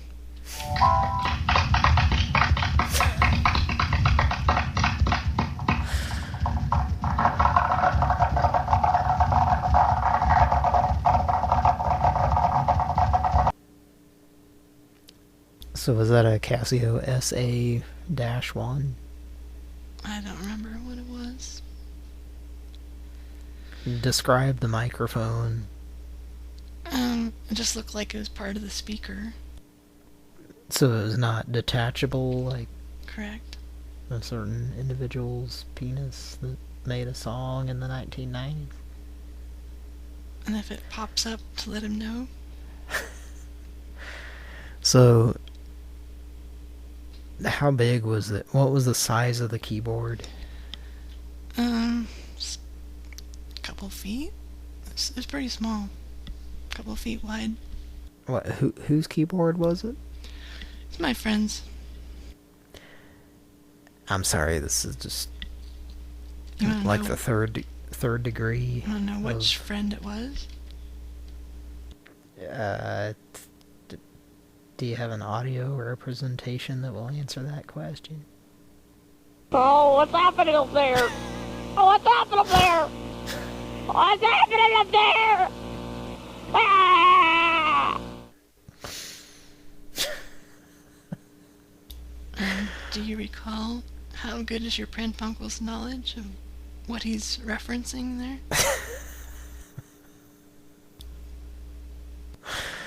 Let me think. I should probably make a Pran Funkel. Is he talking about the Star Wars when they're in the trash compactor? No. There's a 6-hour SLP tape that I... 16-ounce hour. Yeah. I have an entire 6 hours of my friends and I dubbing over TV, which included commercials and movies and shows. And that was from... Well... You know what the video was? I certainly do. Well, I'm not the kind to kiss and tell, but I've been seen with fire up. I've never been with anything less than a 9. So fine. I've never had sex with a woman. I just act like I did. And then when they want me to do that, I get real scared. Well... I don't have...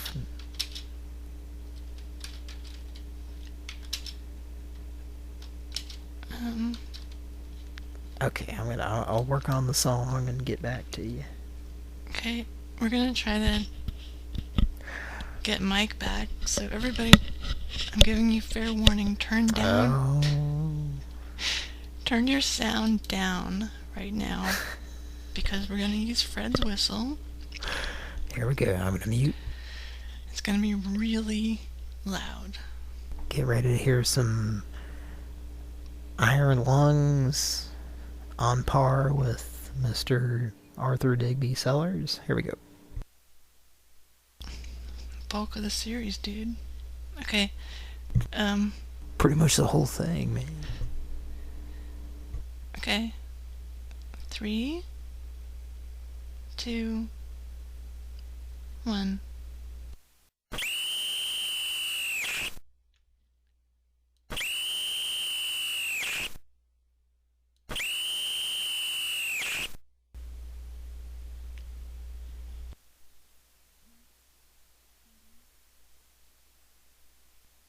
Are we done? I forgot to turn down the input, so that was like 10 times louder than it should have been. At your house? No, just the output of my computer. Oh, our audience is now deaf. Is that what you're saying? You're like seizure if you're the audience with headphones. Sid? Perhaps the Joker. God, Mike, you just conked out? That's it? The cow is just motionless? Alright, let's make a Pran Funkel. Let's take a look at the cow, folks. Let's call Lava Life, but I'll do it as me. Can I ask you a personal question? Yes. Are you using a mouse that has a scrolling wheel? I sure am. I could hear it. Okay, let's call... Malcolm Jamal Warner's home phone number. Yes. Let me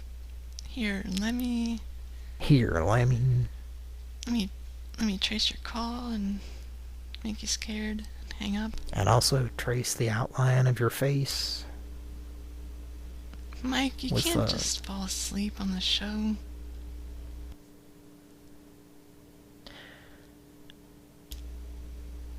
You want to call him again? Nah.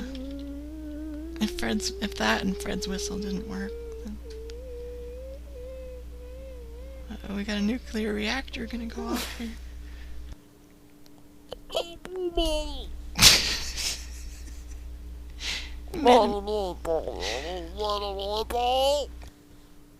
Now, honey, I made a Metamucilix casserole.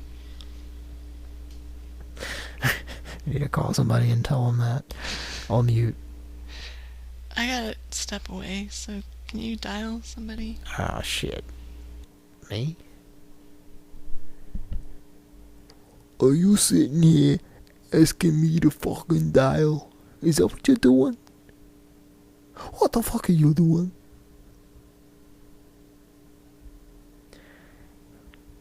We're gonna dial a number.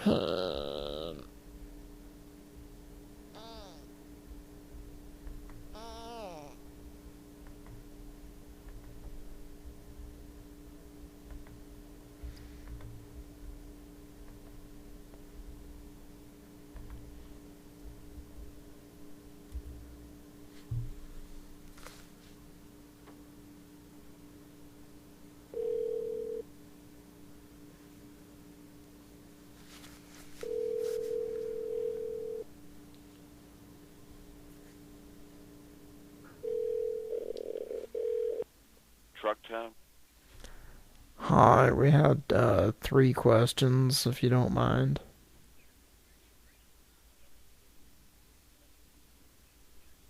Hello? Yes. We had 3 Metamucil questions, if you're okay with that. Okay. I'll have to send you over to the cashier here. Okay. Hold on. Okay. Yep. I'm putting you on hold for a second. Alright, thank you.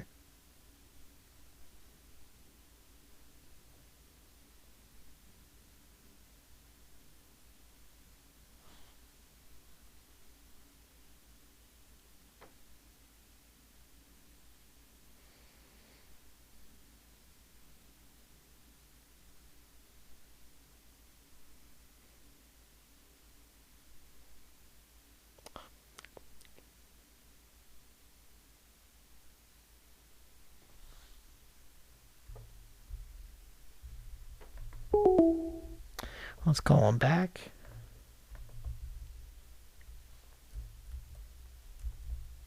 I think he might have accidentally transferred us to the wrong location.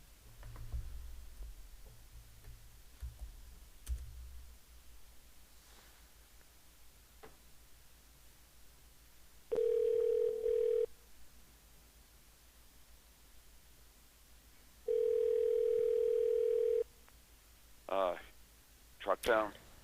Hi, I think there was a disconnection accidentally, but Ted Crustworthy had some questions for you. Did you hear about it? Beg your pardon? What were the questions? Pink Betherton performed on how many albums after Donathan left? That I don't know. Do you want to give it a thought for a few minutes and we'll get back to you?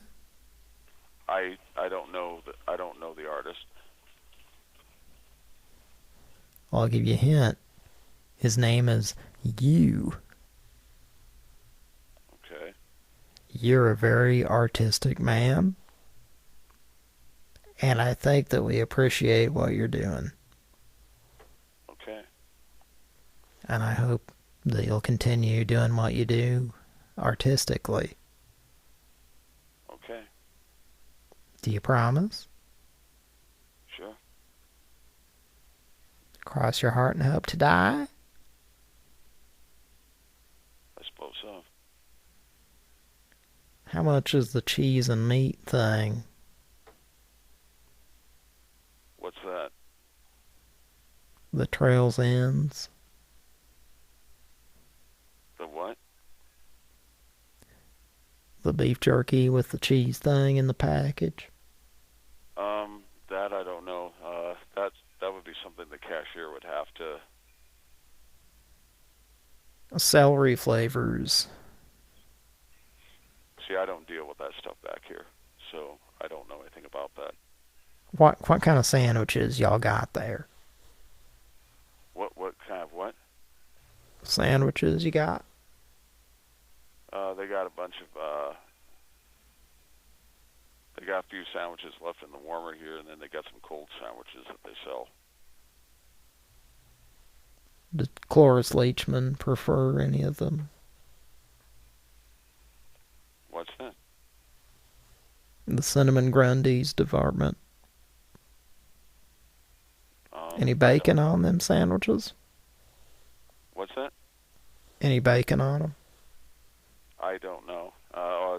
There might be a bacon cheeseburger in the warmer out front. How warm is it? It's a heated cabinet.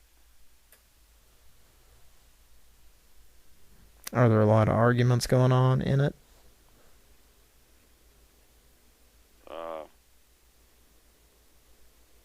We just have a bacon cheeseburger and a cheeseburger and I think a double cheeseburger. That's what we got in the heated cabinet out front. How often do you have to rotate it out? At this hour, the kitchen's closed, so what you have is what you've got. So you take the bacon cheeseburger and put it back in the fridge, and then you put the other thing out for 4 hours, and then you rotate through back and forth? Right now the kitchen's closed, so I don't do anything with the warmer right now. So it's on the warmer just indefinitely? Well, at this hour the kitchen's closed, so whatever is out there is, it is what it is. So. I agree.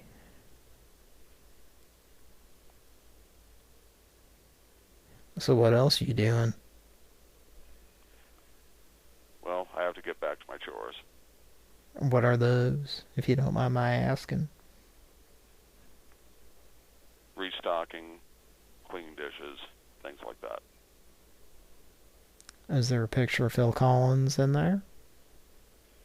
What? Do you see a picture of Phil Collins? No. That's how you know you've won the Pop Weaver's Gourmet Popping Corn device. Are you watching the commish? No. Do you like the song Who Let the Dogs Out by the Baha Man?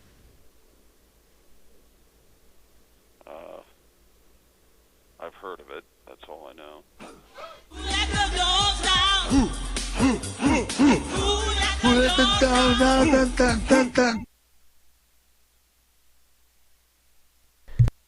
Mike wants to speak with you. Can you speak with him? Okay. Hey, how old it is? Okay. I ain't going that way. Okay. You want to sing with me? I got to get back to work here. Robin, you want to sing with me? I got to get back to work. I'll talk to you later. Who let the dogs out? Dun, dun, dun, dun. Who let the dogs out? Dun, dun, dun. Huh? Who let the dogs out? Dun, dun, dun, dun.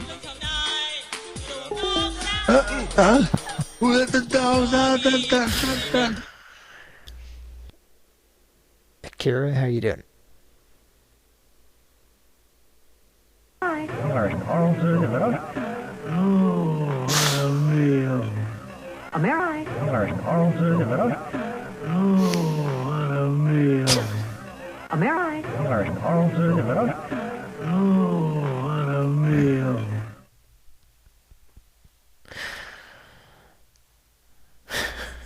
He's like, it's like the classic grandpa voice.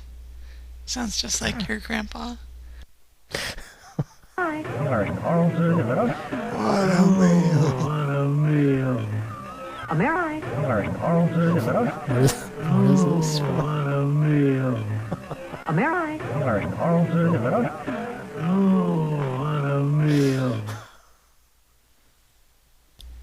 Hey, Mike woke up.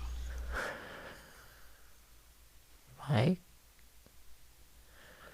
Oh, he fell asleep. I don't know what you're talking about. He had to let the dogs out and he fell asleep. It's the Pran Funkels cat. I don't need this.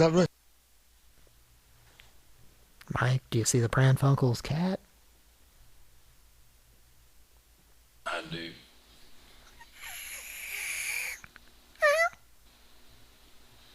But I'm wearing headphones, so he can't hear you. Well, can you translate, please, for God's sake? No.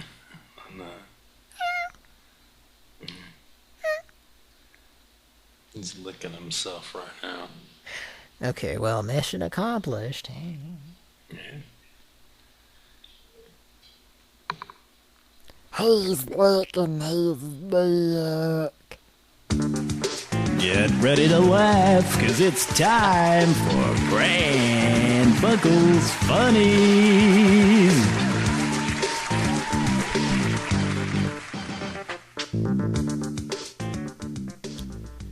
Why shouldn't you fundraise for marathons? They just take the money and run.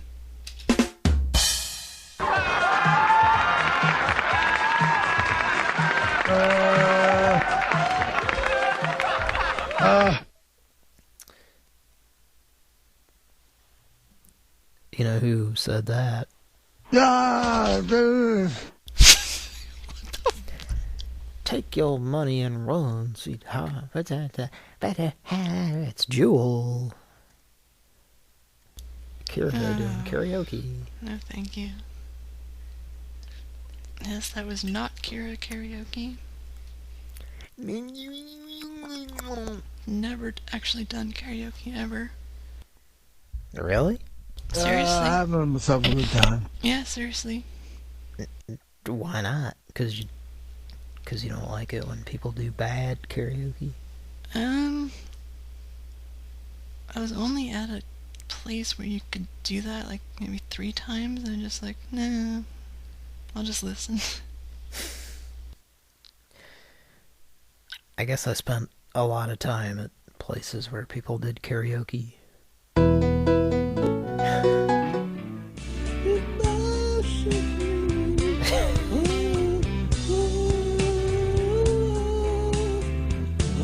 It's so good loving somebody when somebody love you back. Robin, that's the fact. When the voice box goes out on the homeless man. Let's make, now that Mike's awake, let's make a Pran Funkel. No, not right now. Mike, when you were asleep, did you dream about a show happening, or did you dream about something else, or? I don't recall. Did you dream about New York Seltzers? I don't think so. The sensational 7 Seltzers? Let's call this chat line and let me. This is where I got stuck last time because we never did it. Okay, sorry. Let me do the intro, and then like when I get the guys on the line, then I'll say my friend Bertha wants to join in. And when Bertha's coming down the hall, it sounds like this. I'll have Bertha and Maud or something over. So I guess have Maud ready.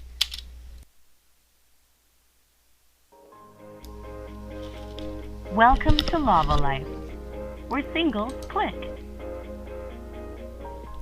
We text message our members to advise them of specials and promotions. You can unsubscribe at any time by replying stop. This service is 18 plus. If you are not 18 or older, hang up now. We do not pre-screen our callers and assume no liability when you meet someone through this service. Find our privacy policy and terms of use at www.lavalifevoice.com. To accept these terms and to see who's at Lava Life.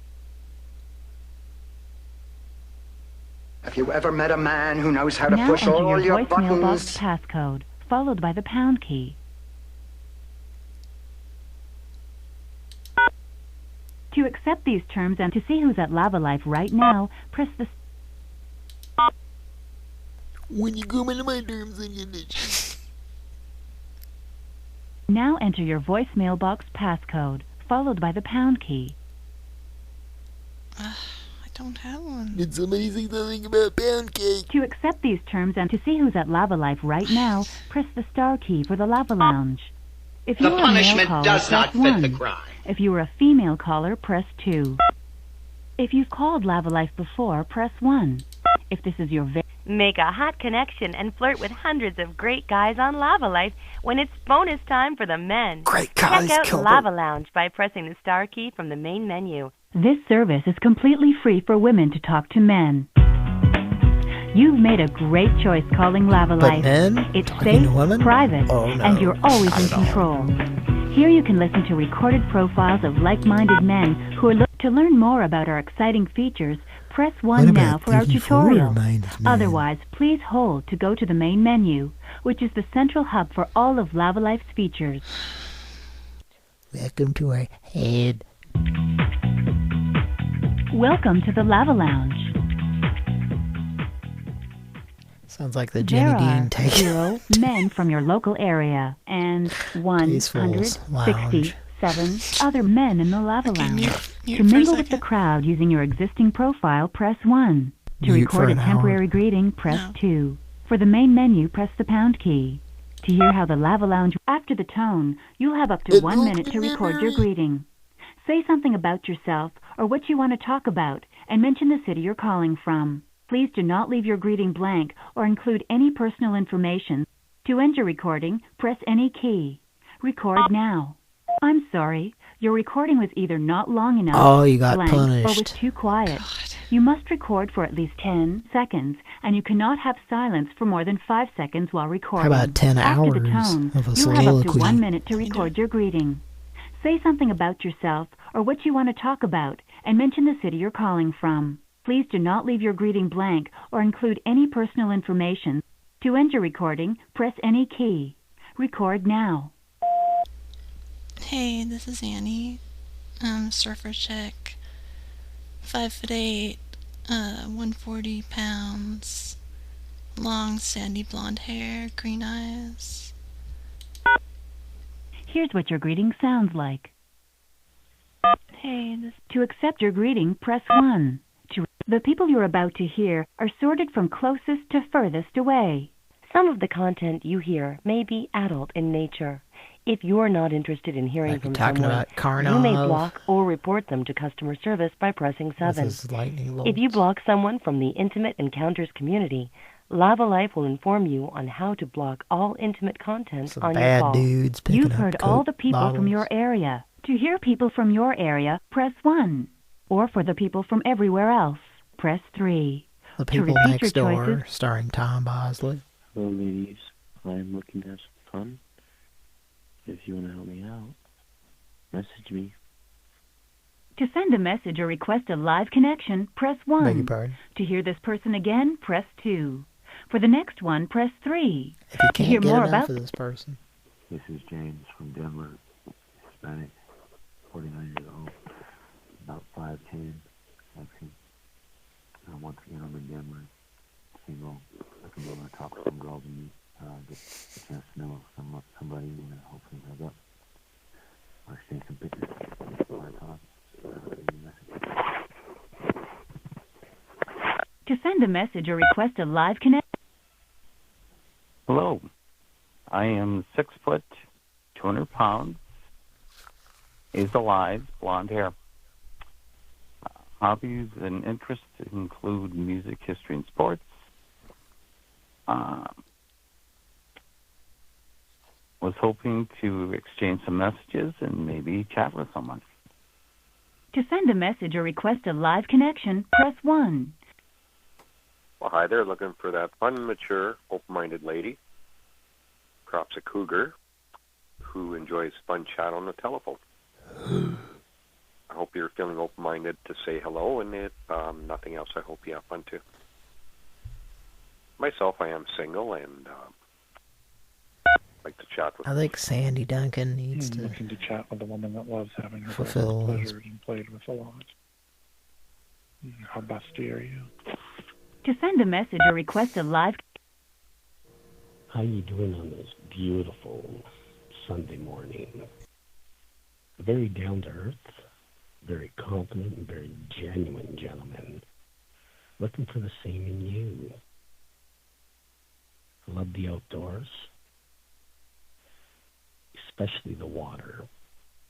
I'm an avid sailor, and I'm also very uninhibited in the kitchen.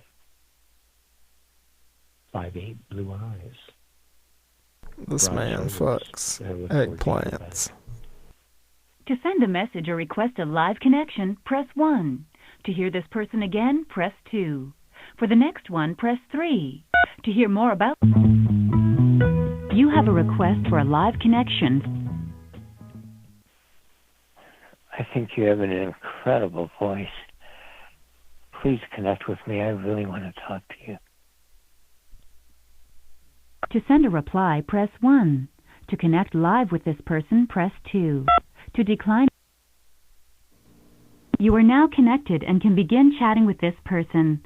Press 0 at any time to end the conversation. Hello? Hey, what's up? Boy, you have an incredible voice. Oh, thank you. You're not so bad yourself. You must hear people say that all the time.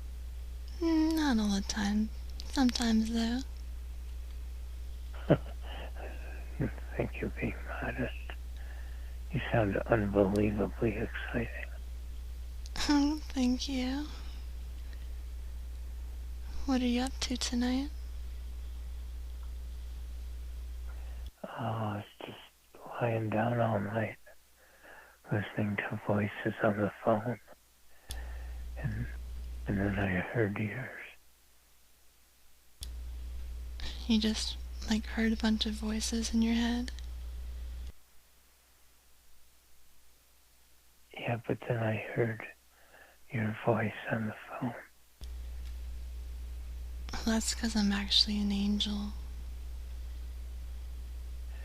I'm sorry? That's because I'm actually an angel speaking to you. Oh my God.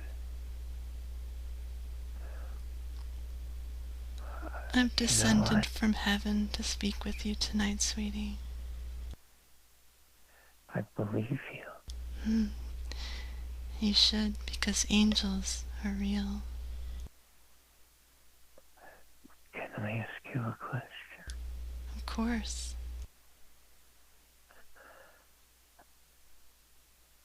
Is it okay? Is it okay that I'm turned on by you? Well, that's perfectly fine, because I'm kind of like a succubus, but an angel instead of a demon.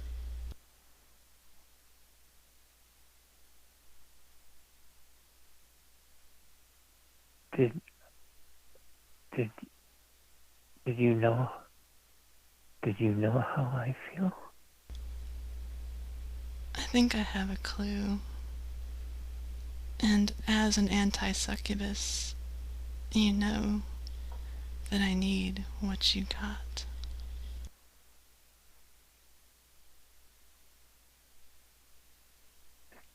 Did I hear you right? Yes, you did.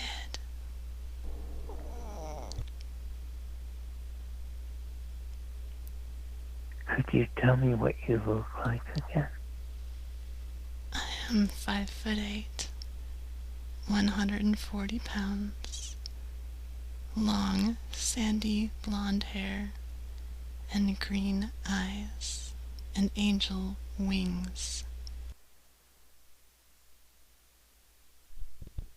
Oh my God. And my friend is here. I am the angel, and she is the demon. Her name is Bertha. What are you doing to my gun again?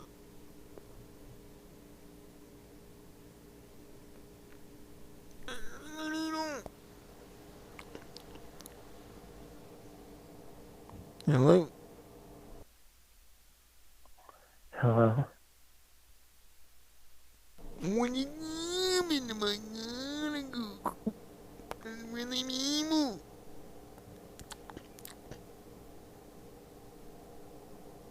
Hello? Hello? Damn.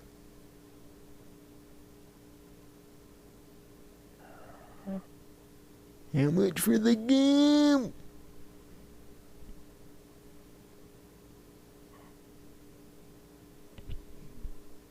How come Jamal Warner hen? What's going on here? How come Jamal Warner hen?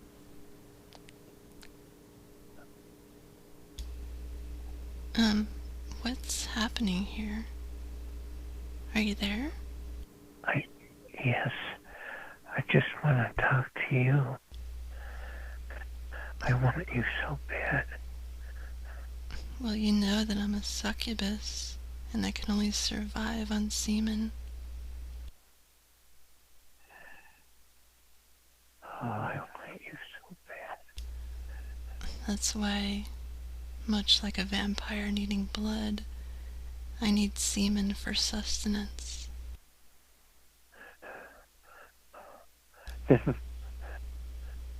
Then be with me.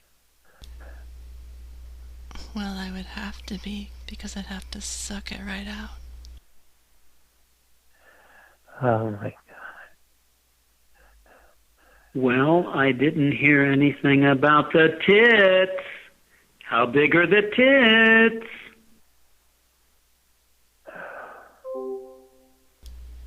Pardon? It was Ella.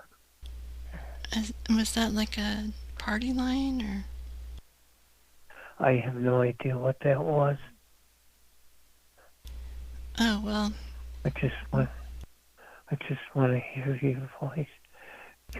Can I ask you a question? You may.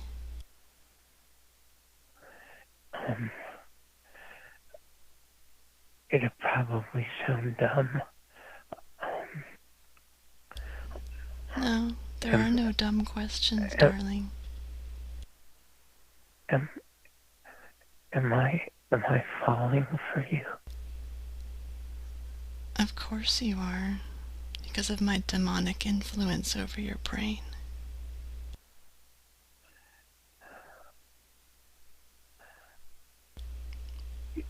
And taking it further than that, you know that I need your semen to survive.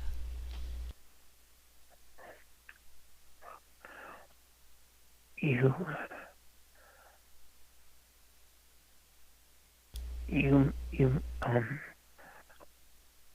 make me feel weak. Of course I do. I'm a demon. That's what I do to men like you. Oh my God.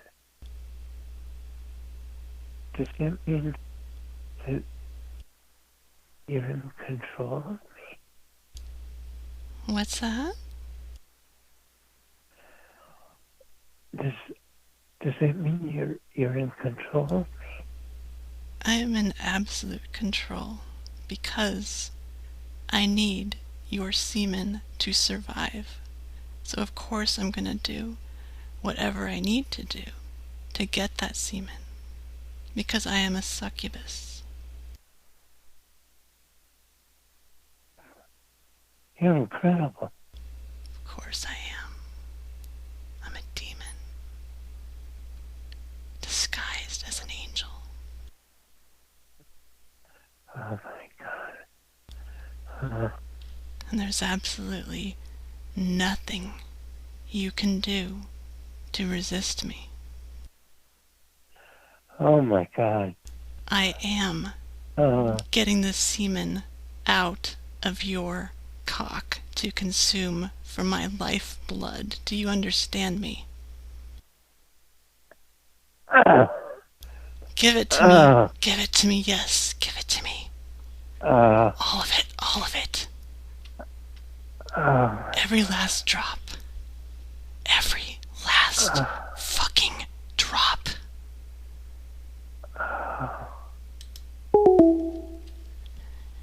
Yeah, I guess you had a good night.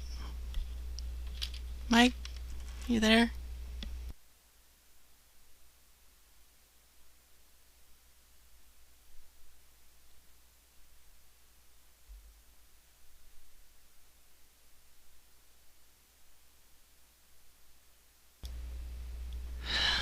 Okay, Cody is not there, Mike is not there.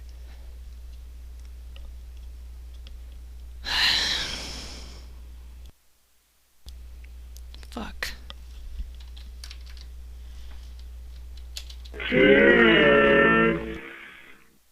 Chris.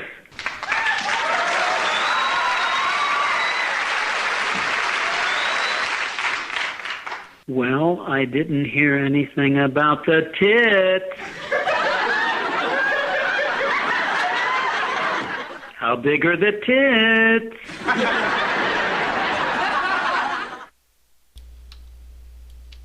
You guys, I can't do this. Is anybody there? Fuck. Okay, Mike fell asleep once. I think he fell asleep twice. Cody is completely gone from Zoom.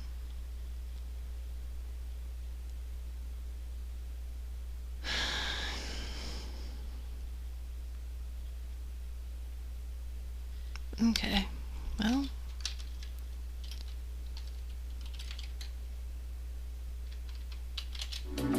Pran Funkels will be right back after this commercial message. Hi, hon. How was school today? Fine. Mom, you remember Jennifer? Yes, she's always so nice and happy. Well, today she came to school without a coat. It was freezing outside. She said her mom couldn't afford to get her one. There must be something we can do. How about coats for kids? Schumpert Medical Center would like to encourage you to give to Coats for Kids by taking your unneeded coats to Porter's Cleaners, Goodwill, or Powell Buick GMC. One without it.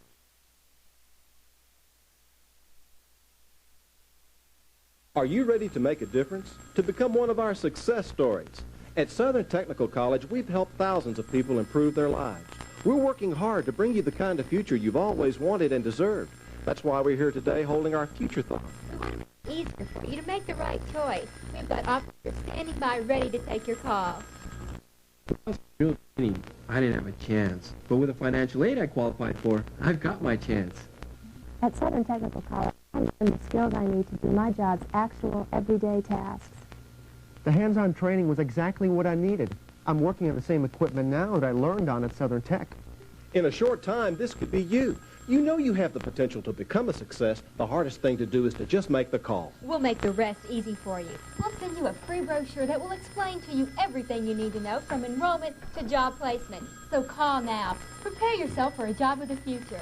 When I first enrolled at Southern Tech, I wasn't sure what to expect. But with the type of training I was receiving, I knew I'd made the right decision. I learned computer operating from qualified instructors who really took the time to teach me. My new employers were impressed with the training I had received. And because of Southern Tech's research, I've got a job that will continue to be in high demand in the future. I sure am glad I made the call. You'll be glad you made the call, too. We have career opportunities for you, from electronics to office manager, paralegal, or medical assistant. Let us help you determine which career is right for you. Call now. Because of Southern Tech's career research, I have a job that will always be in demand. I sure am glad I made the call. After graduation, I wasn't on my own. Jill in the job placement department helped me get this great job. The teachers and staff really helped me believe that I can make a difference. I'm glad I made the phone call. Design your future now. Southern Technical College. Technology to be the best you can be. I'm so glad I made the call. You make the call today. So call the number on your screen now. You'll be glad you did. And now back to Pran Funkels. Mike, are you there? Okay, well, Mike has probably fallen asleep for the second time. Cody is just gone. I don't know what happened. And I am at about 1% where I can just barely perform actions.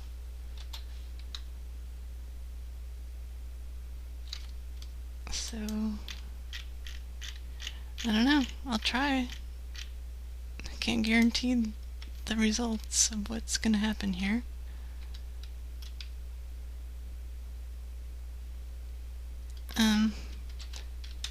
This is an annoying commercial with a gentleman with thick glasses who claims that he is, quote, your favorite attorney, unquote.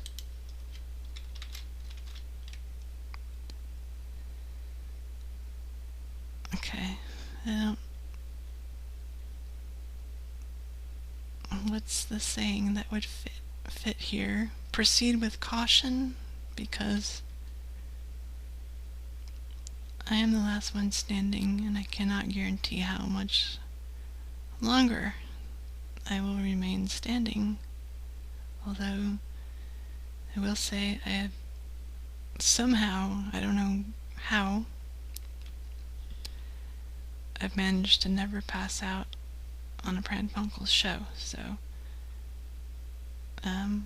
March, which is now next month, is our 11th anniversary. So, it's kind of like, you know, The Undertaker at WrestleMania. I don't know how far his streak went. 20-something years, I'm guessing.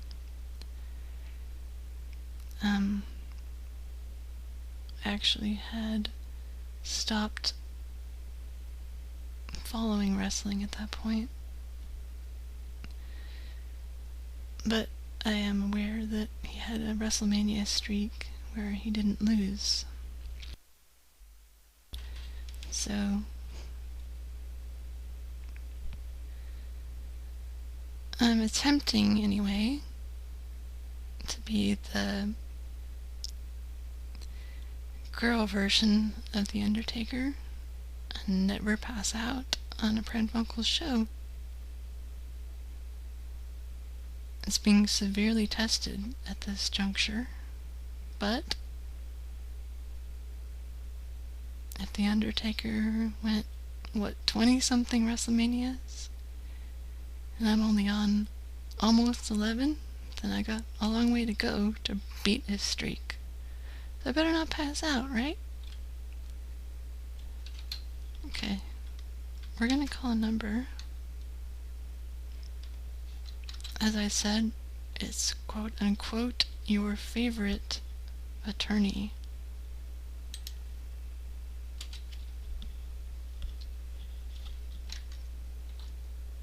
And I should probably wrap this up pretty soon.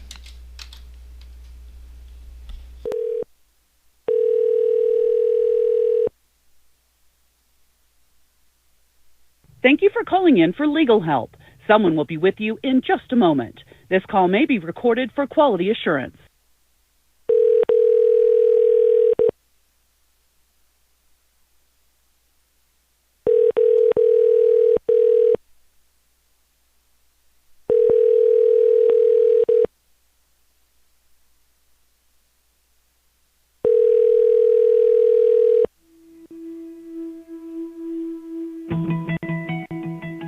Thank you for calling the Legal Help Center.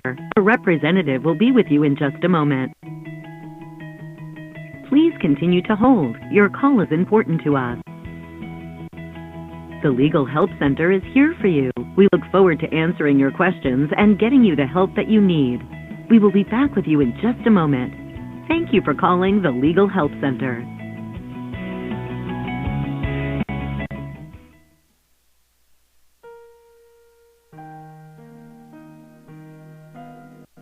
Thank you for calling the Legal Help Center. Are you calling in regard to an injury matter? Hello?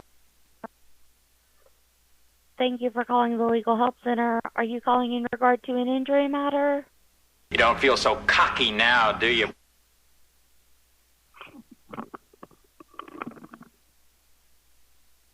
Hello?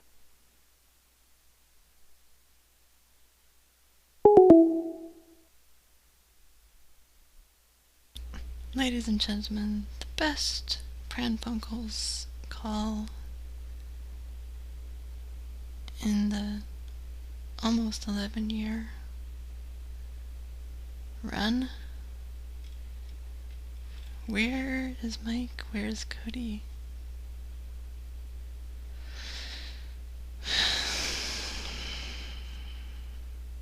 Life goes on.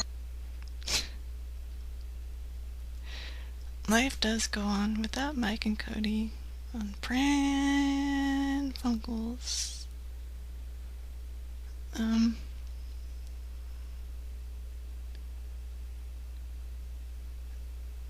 Life goes on. Life goes on. And then, do you know what the noise is? The little, it sounds like a triangle? Life goes on. Kind of like, you guys, wake up! Kind of like a certain woman inviting you to have a meal. Steak burgers! You guys, Mike, hello? Michael, Mike, Miguel, He's not there. He's asleep again. I can't do this alone. Yes, I can. Okay. The next number is... Hello. Thank you for calling to order the all-new Hilo Air Broom. Hello. Thank you for calling to order the all-new Hilo Air Broom. Thank you for calling. To speak to an agent, please press 1. I'm sorry, all customer service representatives are busy at the moment. A live customer service representative will be with you.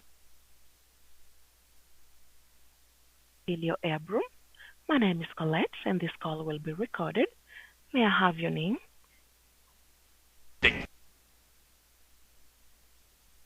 Hello? Dick. I can barely hear you. Dick Jones. Hello? Hello? Yes, I can hear you now. May I have your name? Dick Jones. And your zip? Better now. Every game. I guess you're it.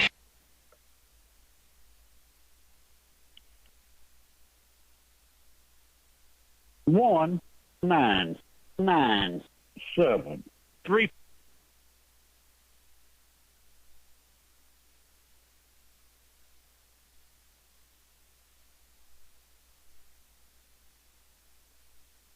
Hello? You know what the tragedy is here? We could have been friends. It helps if you think of it as a game. Every game has a winner and a loser. Pathetic. I'm cashing you out.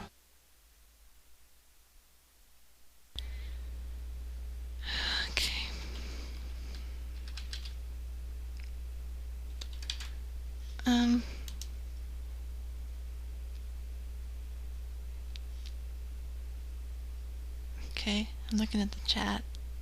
25 years. Okay, okay, I did not actually intend to click on that. Let's see how long. Oh my god, I can barely fucking do this.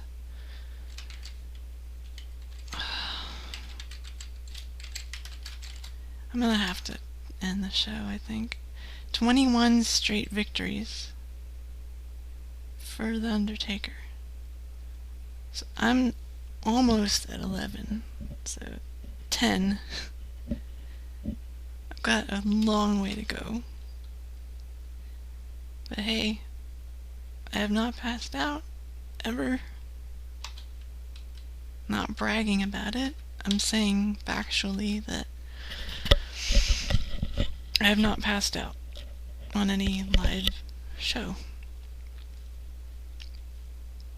The fight for love and glory. It is indeed that. Mike, hello? Actually, we should call Cody. See if we can wake him up. Oh my god. Okay. I will try to call Cody if I remember. I gotta step away. I don't know, 10 years of WrestleMania victories. Is Kira going to be defeated? We'll see. But for now, just hang on. This is Starcade, TV's first video arcade game show, starring your favorite video games, and some brand new ones being introduced to the public for the first time anywhere. And now, here's your host for Starcade, Jeff Edwards. All right, thank you very much. Welcome to Starcade. We're backstage. Our players are getting ready for today's match. And get ready they should, because today, one of them's going to have the opportunity to win their very own video arcade game. So players, you ready? You ready? Okay, let's go play Starcade.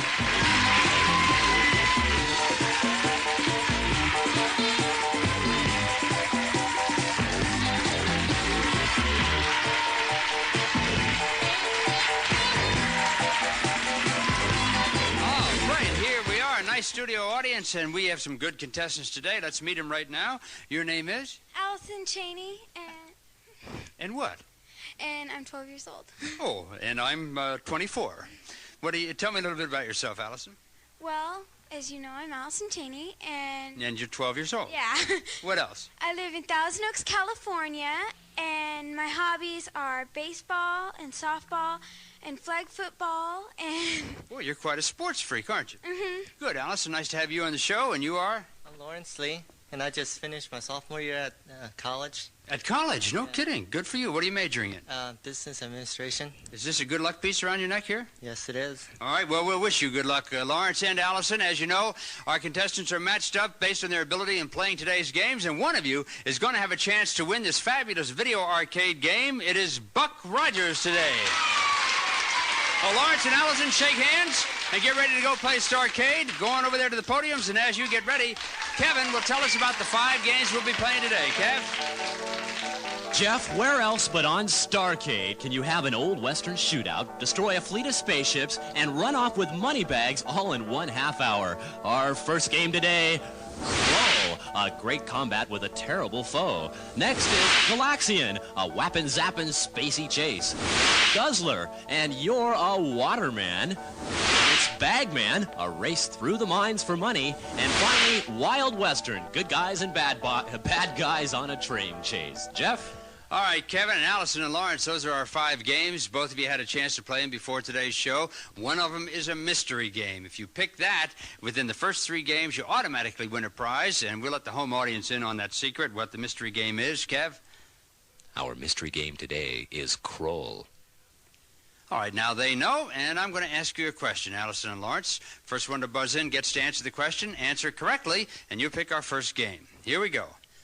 The chef on Burger Time can score extra points by smashing Mr. Hot Dog, Mr. Egg, or Mr. Pickle between A, between burger parts, or B, with a spatula. Allison. Spatula? No, sorry, it's between the burger parts. That's how they get them. So, Lawrence, you get to pick our first game. What game are you going to play first? Play Bagman. Bagman! Oh, one of my personal favorites. So let's find out how to play Bagman. Jeff, I know I don't need to tell you how to play this game, but for the benefit of our contestants, the money is yours for the taking. Grab it up and hurry to the waiting wheelbarrow on the surface and plunge into the mine for more. Defend yourself with the pickaxe or hop aboard a passing ore cart for a ride into another area of the mine. Save time and steps by taking the mine elevator to the surface. If a guard is in hot pursuit, slow him up by sacrificing one of the money bags. You're the bagman, and your goal is dough. Now, Lawrence, why'd you pick Bagman? Because I like it better than the other games. Okay, I like Bagman too. So does our director, Phil Martino, who holds a high score here. Oh, sorry to interrupt your arcade endeavors. Wow, I was gone for 4 minutes, really? Okay. So, like I said, as long as I can keep doing this.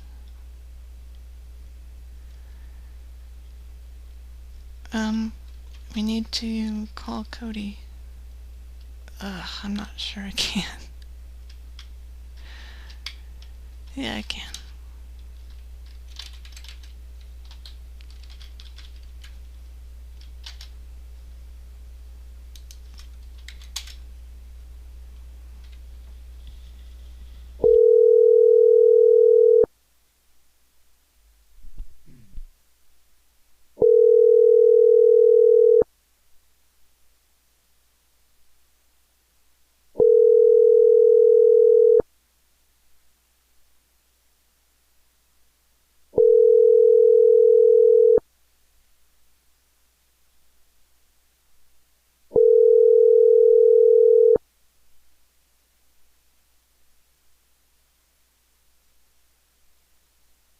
Please leave your... Okay. Cody just passed out. Let's try Mike.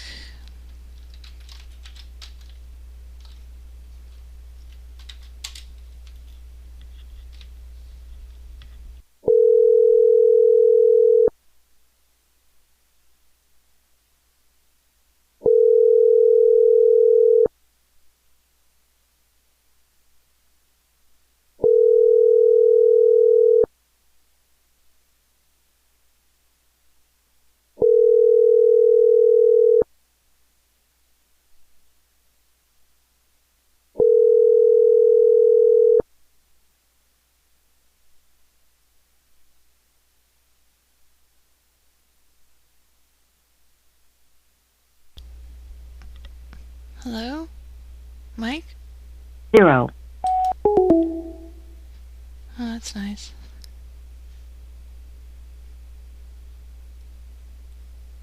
Another fuck up by Google Voice. So what do you do when you're the last Pran Funkels member standing? Well, you try to keep your streak going like the Undertaker. My streak is 10 years of not passing out on the show. Almost. No, wait, it is 11, because I had a different show too. So yeah, 11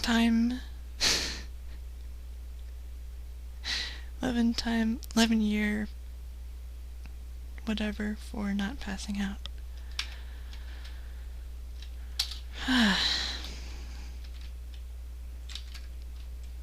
So, let's see.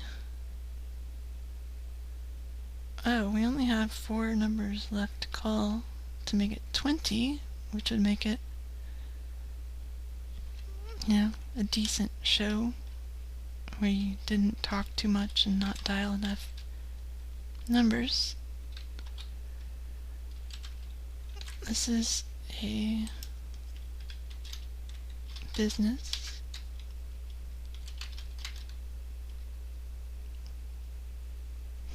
So, to make it fair, I guess, as if this were a wrestling match or something, I couldn't just, like, end the show at any time and say I retained my belt. You'd have to go, like, the distance and see if you pass out or not, right? So I'll go till, I don't know, it's almost 5 a.m. here. I don't know. I probably should get some kind of points or credit for not passing out after... Oh, it's only been 3 hours, 15 minutes? Okay, that's not that long. Okay, let's call a business. Thank you for calling Future Buildings, the world's leader in steel building engineering and innovation for over 40 years. Please note that your call may be monitored for quality assurance. If you are calling the response to our TV ad or would like to get a quote on a steel building, please dial 0. If you know your party's extension, you may dial it at any time. For the company directory, dial 1 or hold for an operator. Thank you for calling Future Buildings. So, we have a rotary dial here.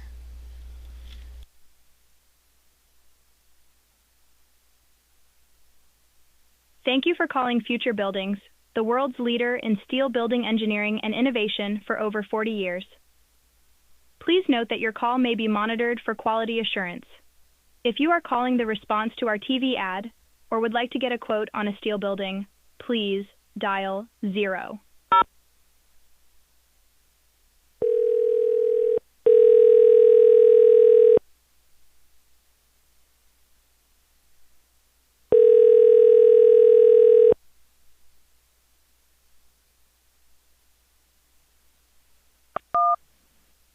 Buildings. Let me help you.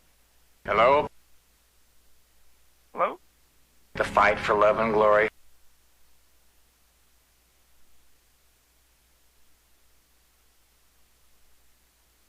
Hello, buddy boy. Building. You don't feel so cocky now, do you?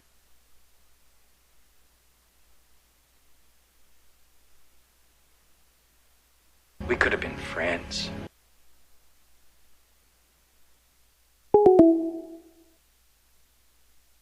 Gee, Bobby.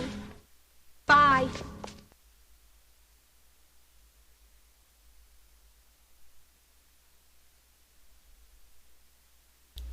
Well, people don't really want to seem to talk to Dick Jones. Like I said, I made that soundboard probably in an hour, just based on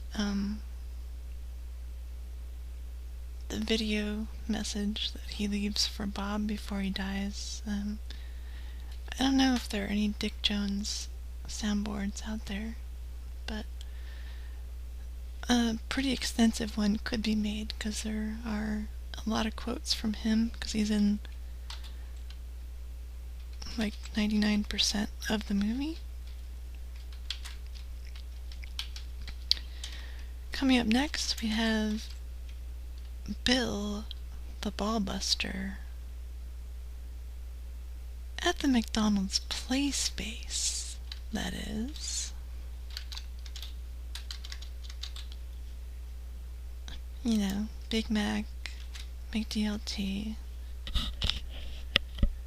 and racist chicken salads, that sort of thing.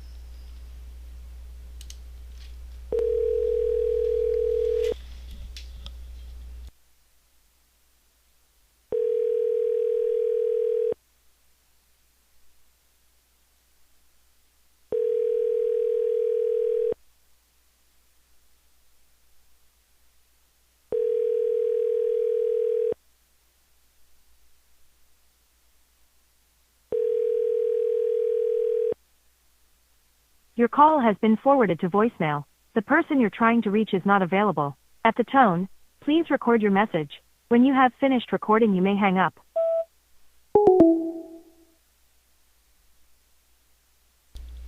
Let's call him back.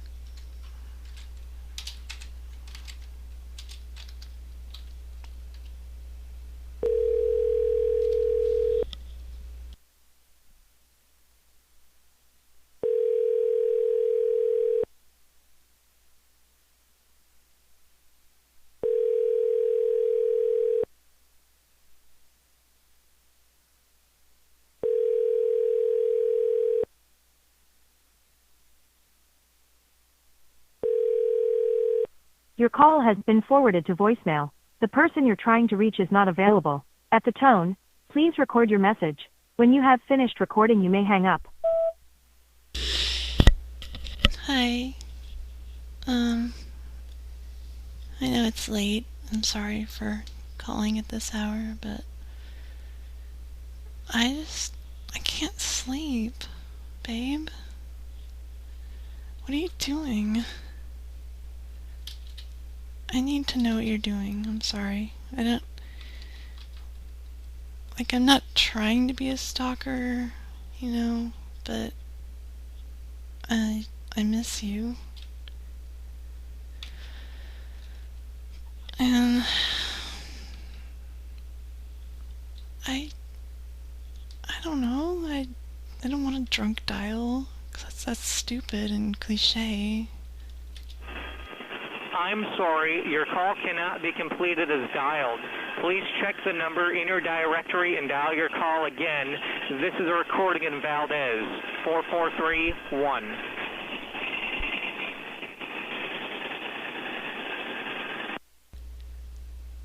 Oh, don't you remember when we took the trip to Valdez? You know, we went up on that skyscraper. I'm sorry. I know you don't want to hear this stuff. Yeah, I'll just admit it. I drunk dialed you.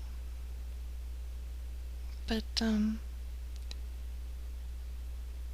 course, you know, when somebody drunk dials, it actually means something, and it wasn't something that they normally do, but they did.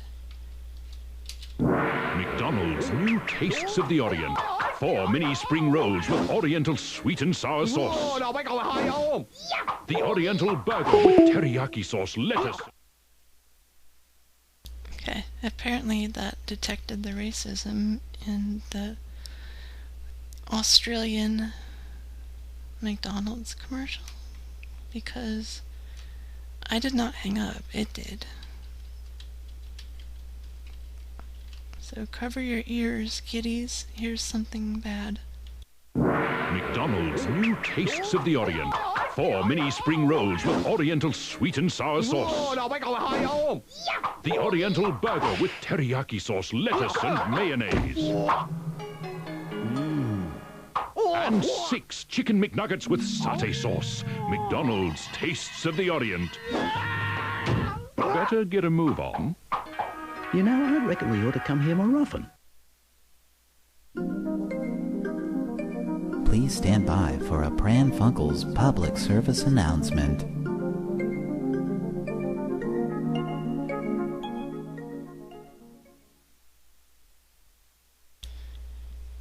You know, kids, when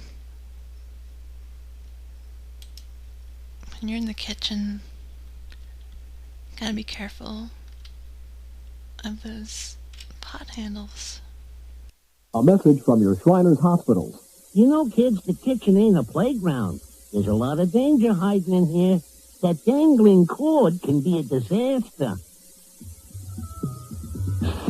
Especially if they grab hold and yank me. My cord should be up. Hey, you said it. Keep dangling cords out of reach. Delicious cookies can be a tempting treat. I should be over there. Keep goodies away from heat so kids don't get more than a treat. There's a lot of things in here that can burn you. Ooh, me. By itself, it's harmless, but filled with scalding hot water. I just wait for a child to grab my handle, then. Uh-oh, a really bad burn. So to stay out of hot water, keep those pot handles turned in. This has been a Pran Funkels public service announcement.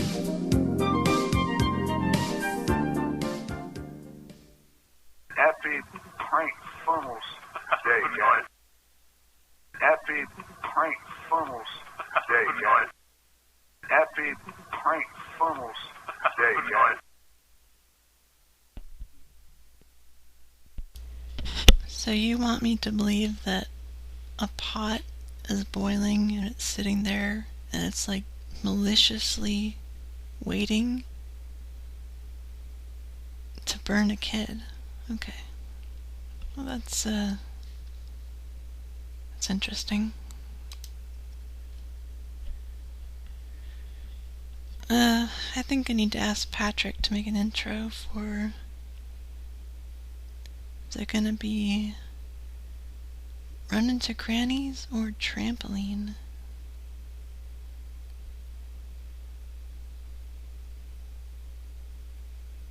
Well, let's find out. No trampoline. Okay. That's interesting because nobody guessed anything.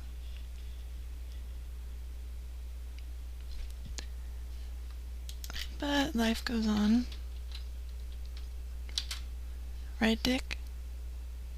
It's an old story. Life goes on. You heard 2 dinner triangles. How?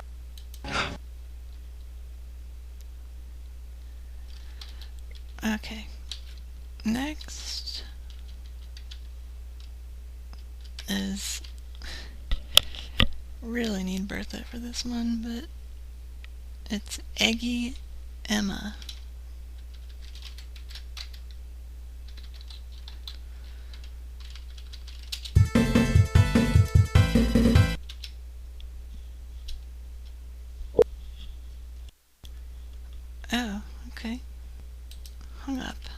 That's interesting.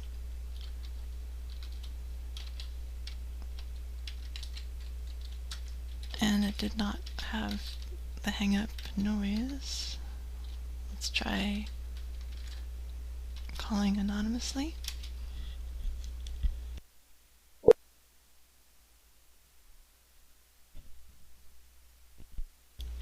Okay, that's super strange.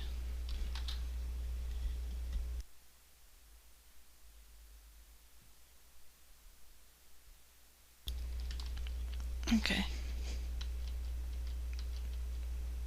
And that means that we are at the final number.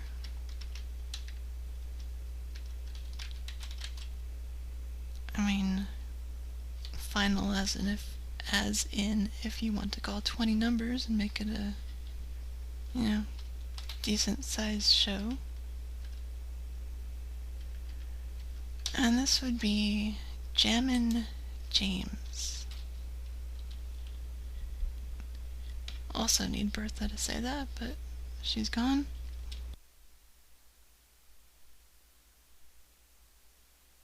Nine. Okay. It's not really what I need right now.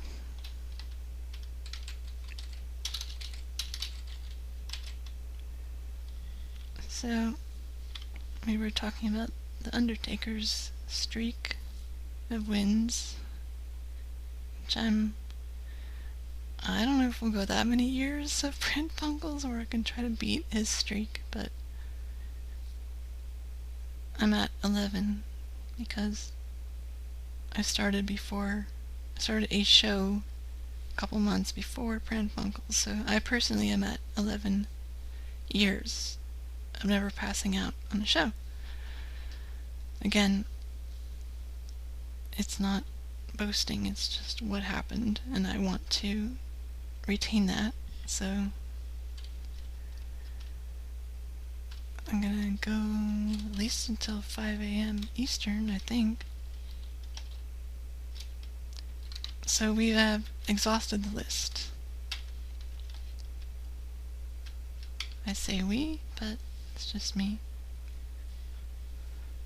Because Mike is still connected. He could wake up. But Cody's gone. And they're not answering their phones. I don't know. I'm now at the 3.5 hour mark, so that's way more than done. But, I would like to thank the patrons on Patreon, but I don't have the list, sadly. Cody does. So, if you donate on Patreon, there are some folks who would like to tell you something.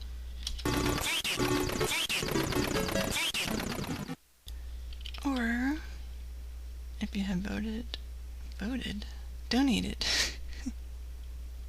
you can't expect a lot of brain power from me right now. On PayPal, then we also, you get a different thank you for that. Thank you, my turtles. From Splinter.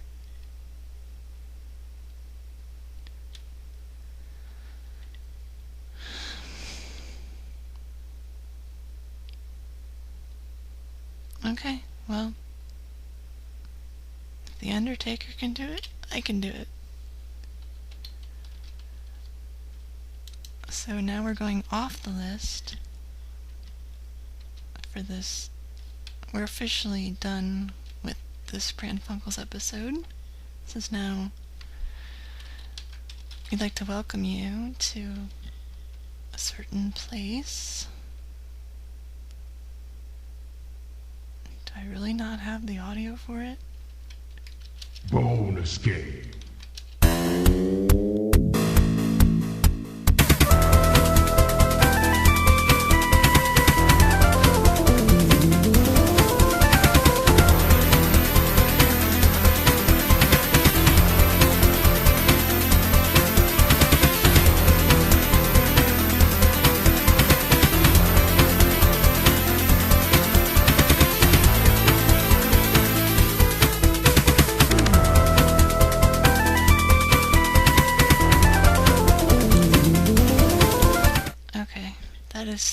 right channel heavy that it makes me feel like I'm sinking out of the right side of my chair. It's like so heavy on the right and so light on the left. But this is actually what I meant. No, not that, but it's very close. Welcome to bonus stage.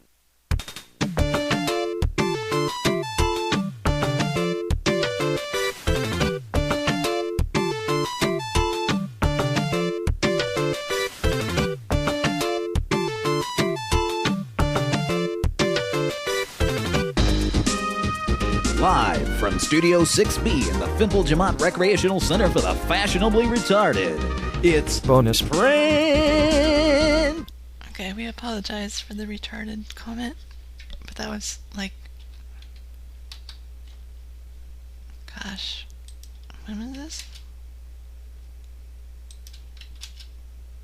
It doesn't want to tell me. Well, you can guess, it's probably from about 2015.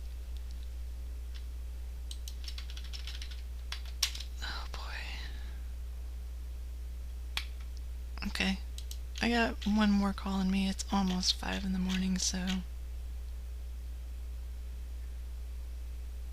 that's gonna be good enough.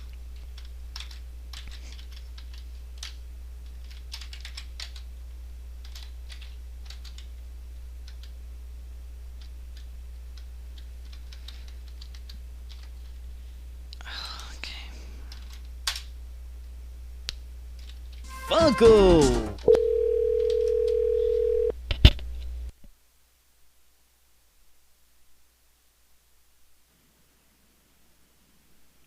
Good morning. Thank you for calling Davis & Crumb Spinal Cord Injury Hotline. Were you or a loved one implanted with a spinal cord stimulator to treat chronic pain after 2014?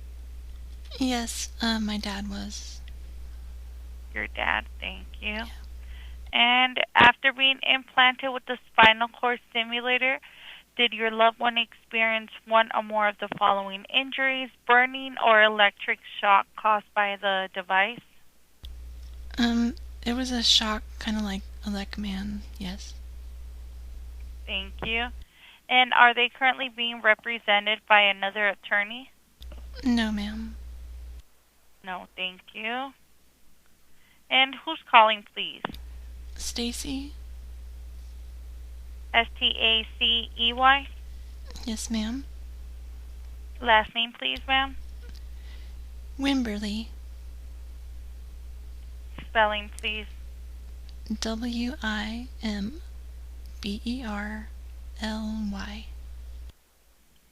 W-I-M-B-E-R-L-Y. What is a good callback number, ma'am? Can you please speak directly to my dad about this?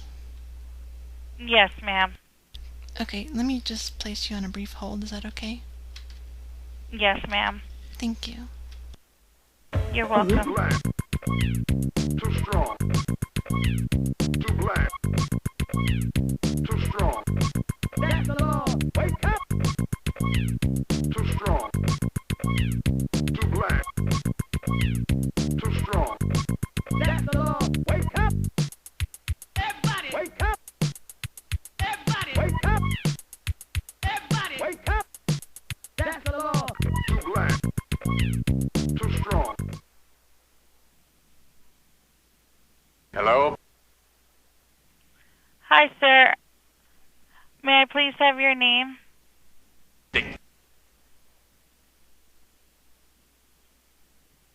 And what is a good callback number?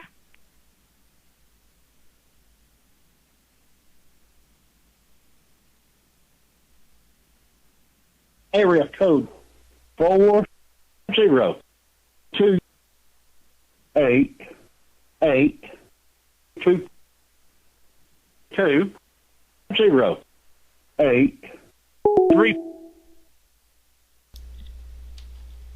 Okay, well, that call was too black and too strong for her.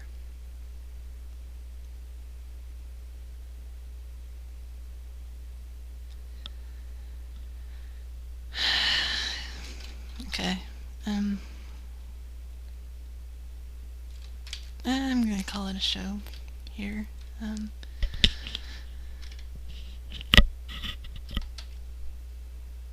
On behalf of Dick Jones. and me,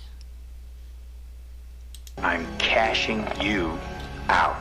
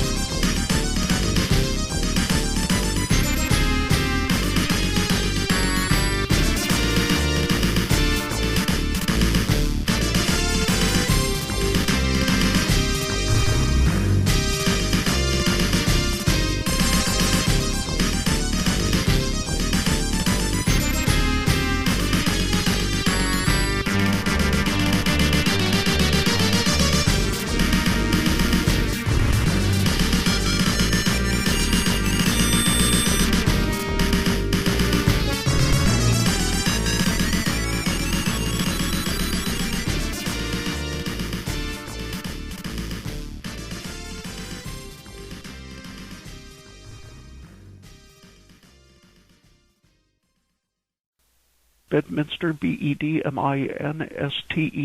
type TYPE 42, something about Billy Joel at gmail.com.